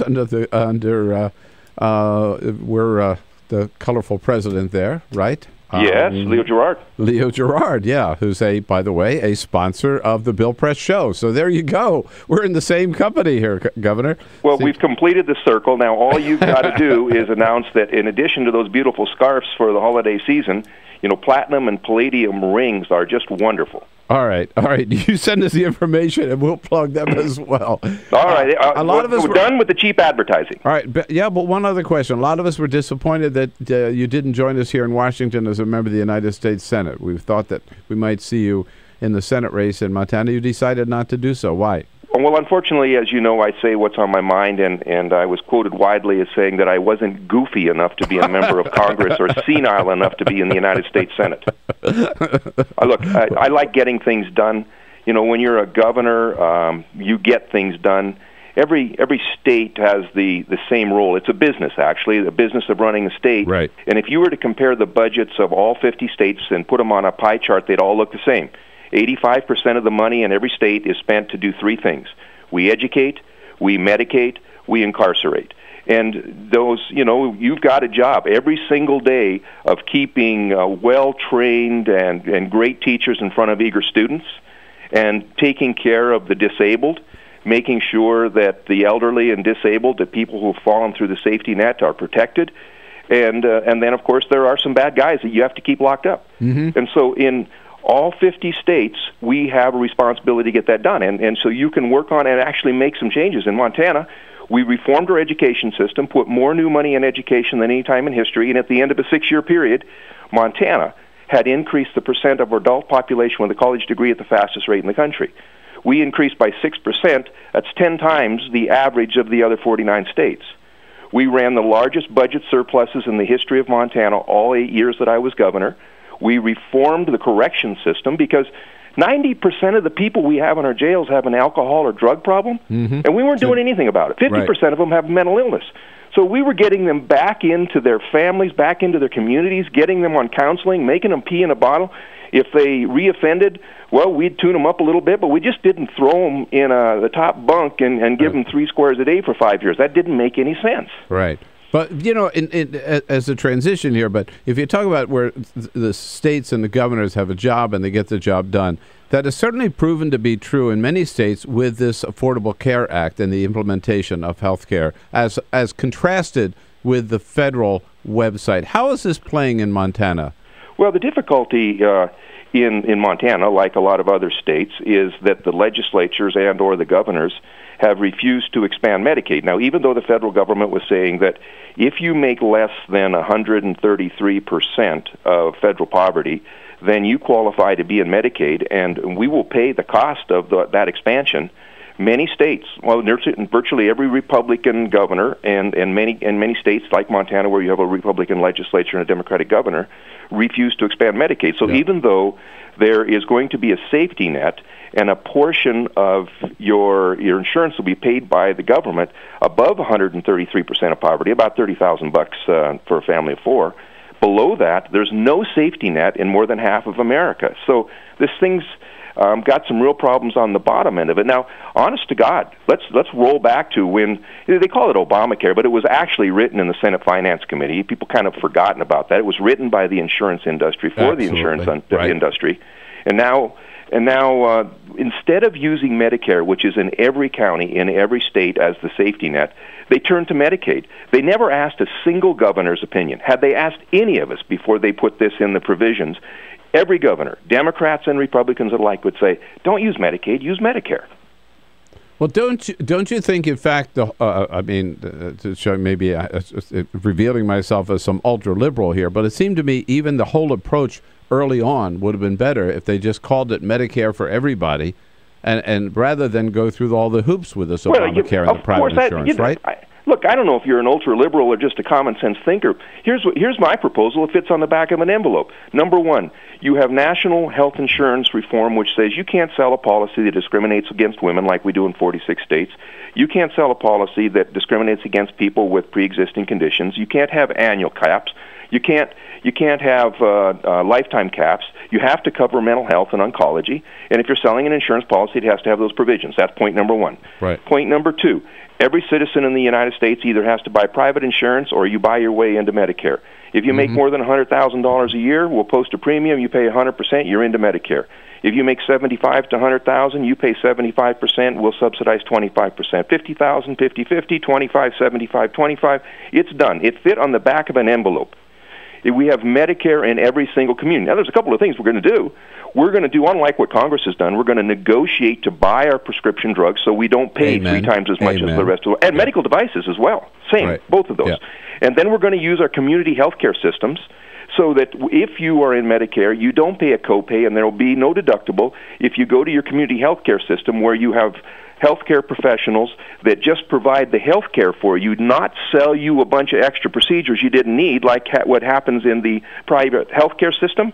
We could have decreased the cost of health care in the first year by 25% in this country, and we could have, bent that cost curve through time so that instead of paying 18% of our GDP for health care and the rest of the industrialized world's paying around 10%, we'd be back at 15, working our way to 11.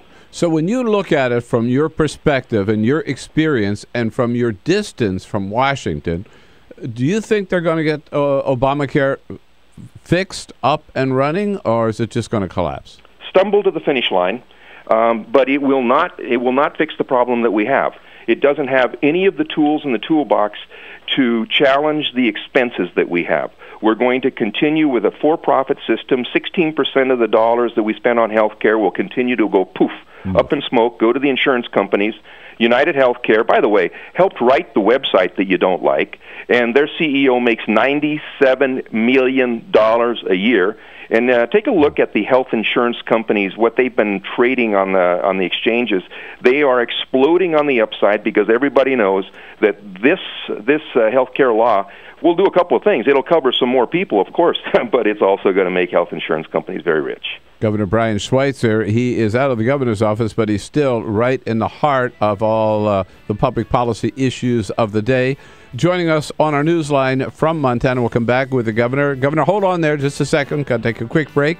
Come back with Governor Brian Schweitzer. By the way, Governor, always willing. He loves hearing from you. Maybe about we want to find out where to get one of those platinum or palladium rings, or a question on health care, Medicare. 866-55-PRESS, the Bill Press Show, Tuesday morning. This is the Bill Press Show.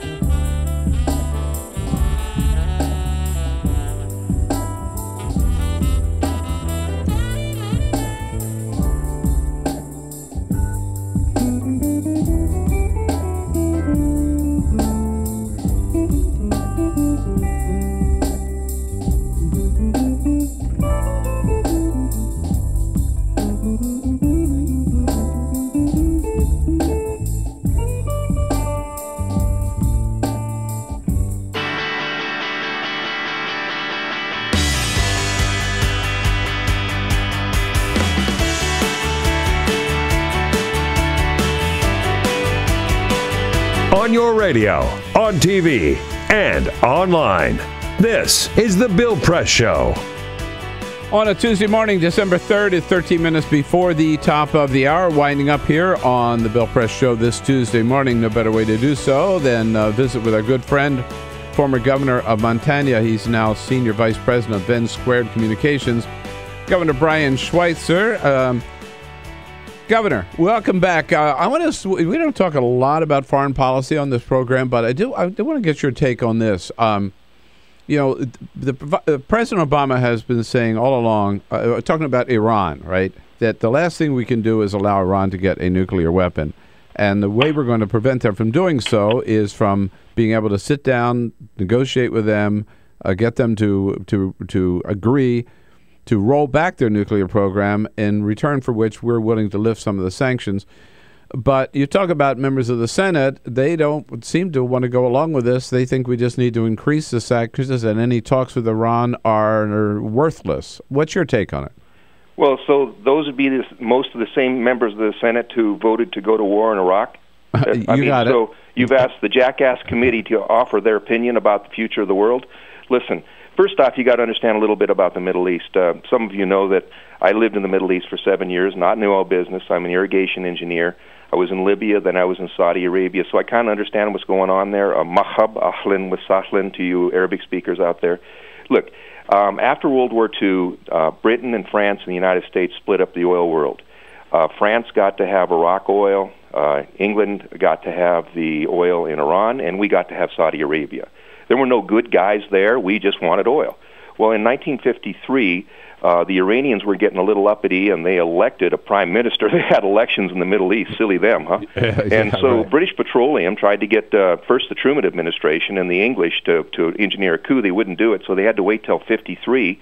And the CIA engineered that coup. We threw out their elected person, installed our Shah of Iran, so that we went back to, the kind of government we like in the Middle East, which is not a democracy, which is a friend who happens to be a tough SOB and controls their country. And everything went good again. British Petroleum started getting their oil and all the rest of it. So, and you got to understand another thing, and that is that Iran are Persians, and the rest of the Middle East are Arabs.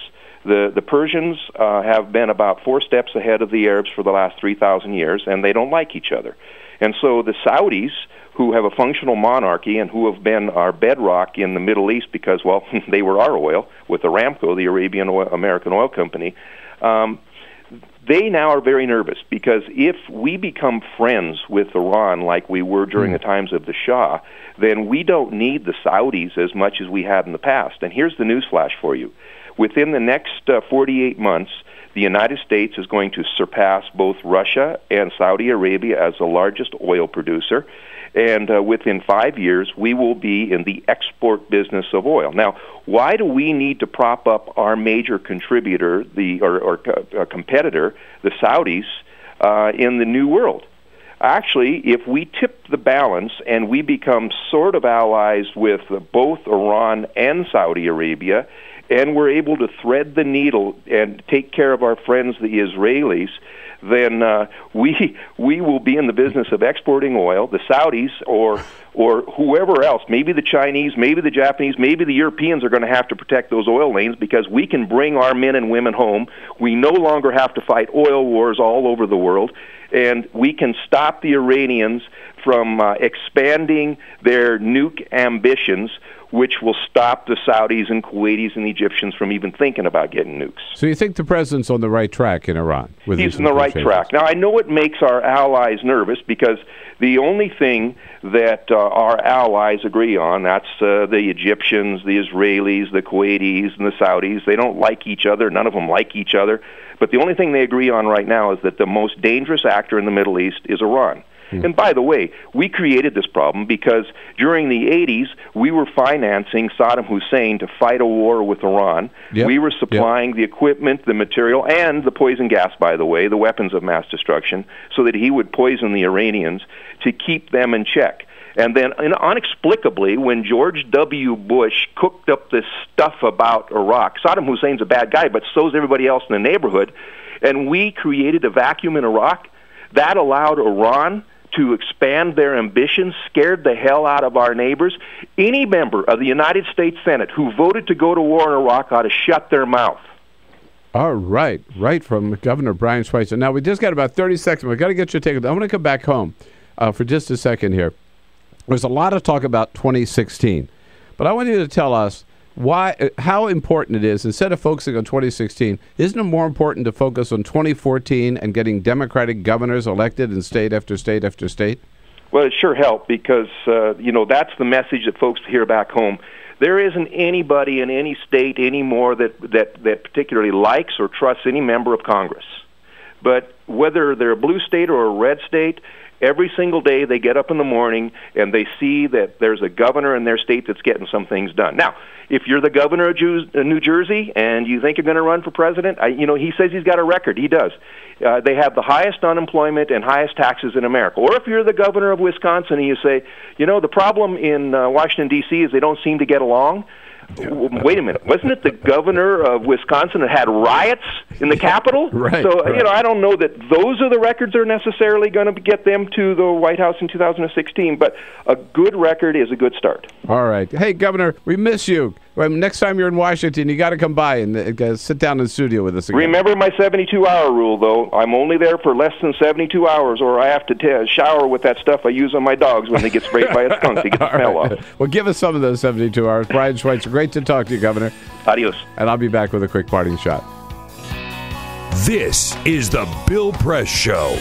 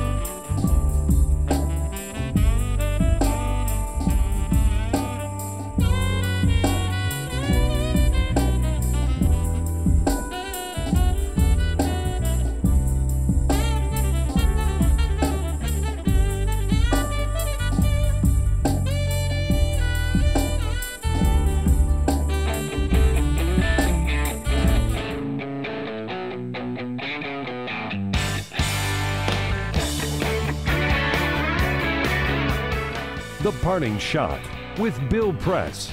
This is the Bill Press Show.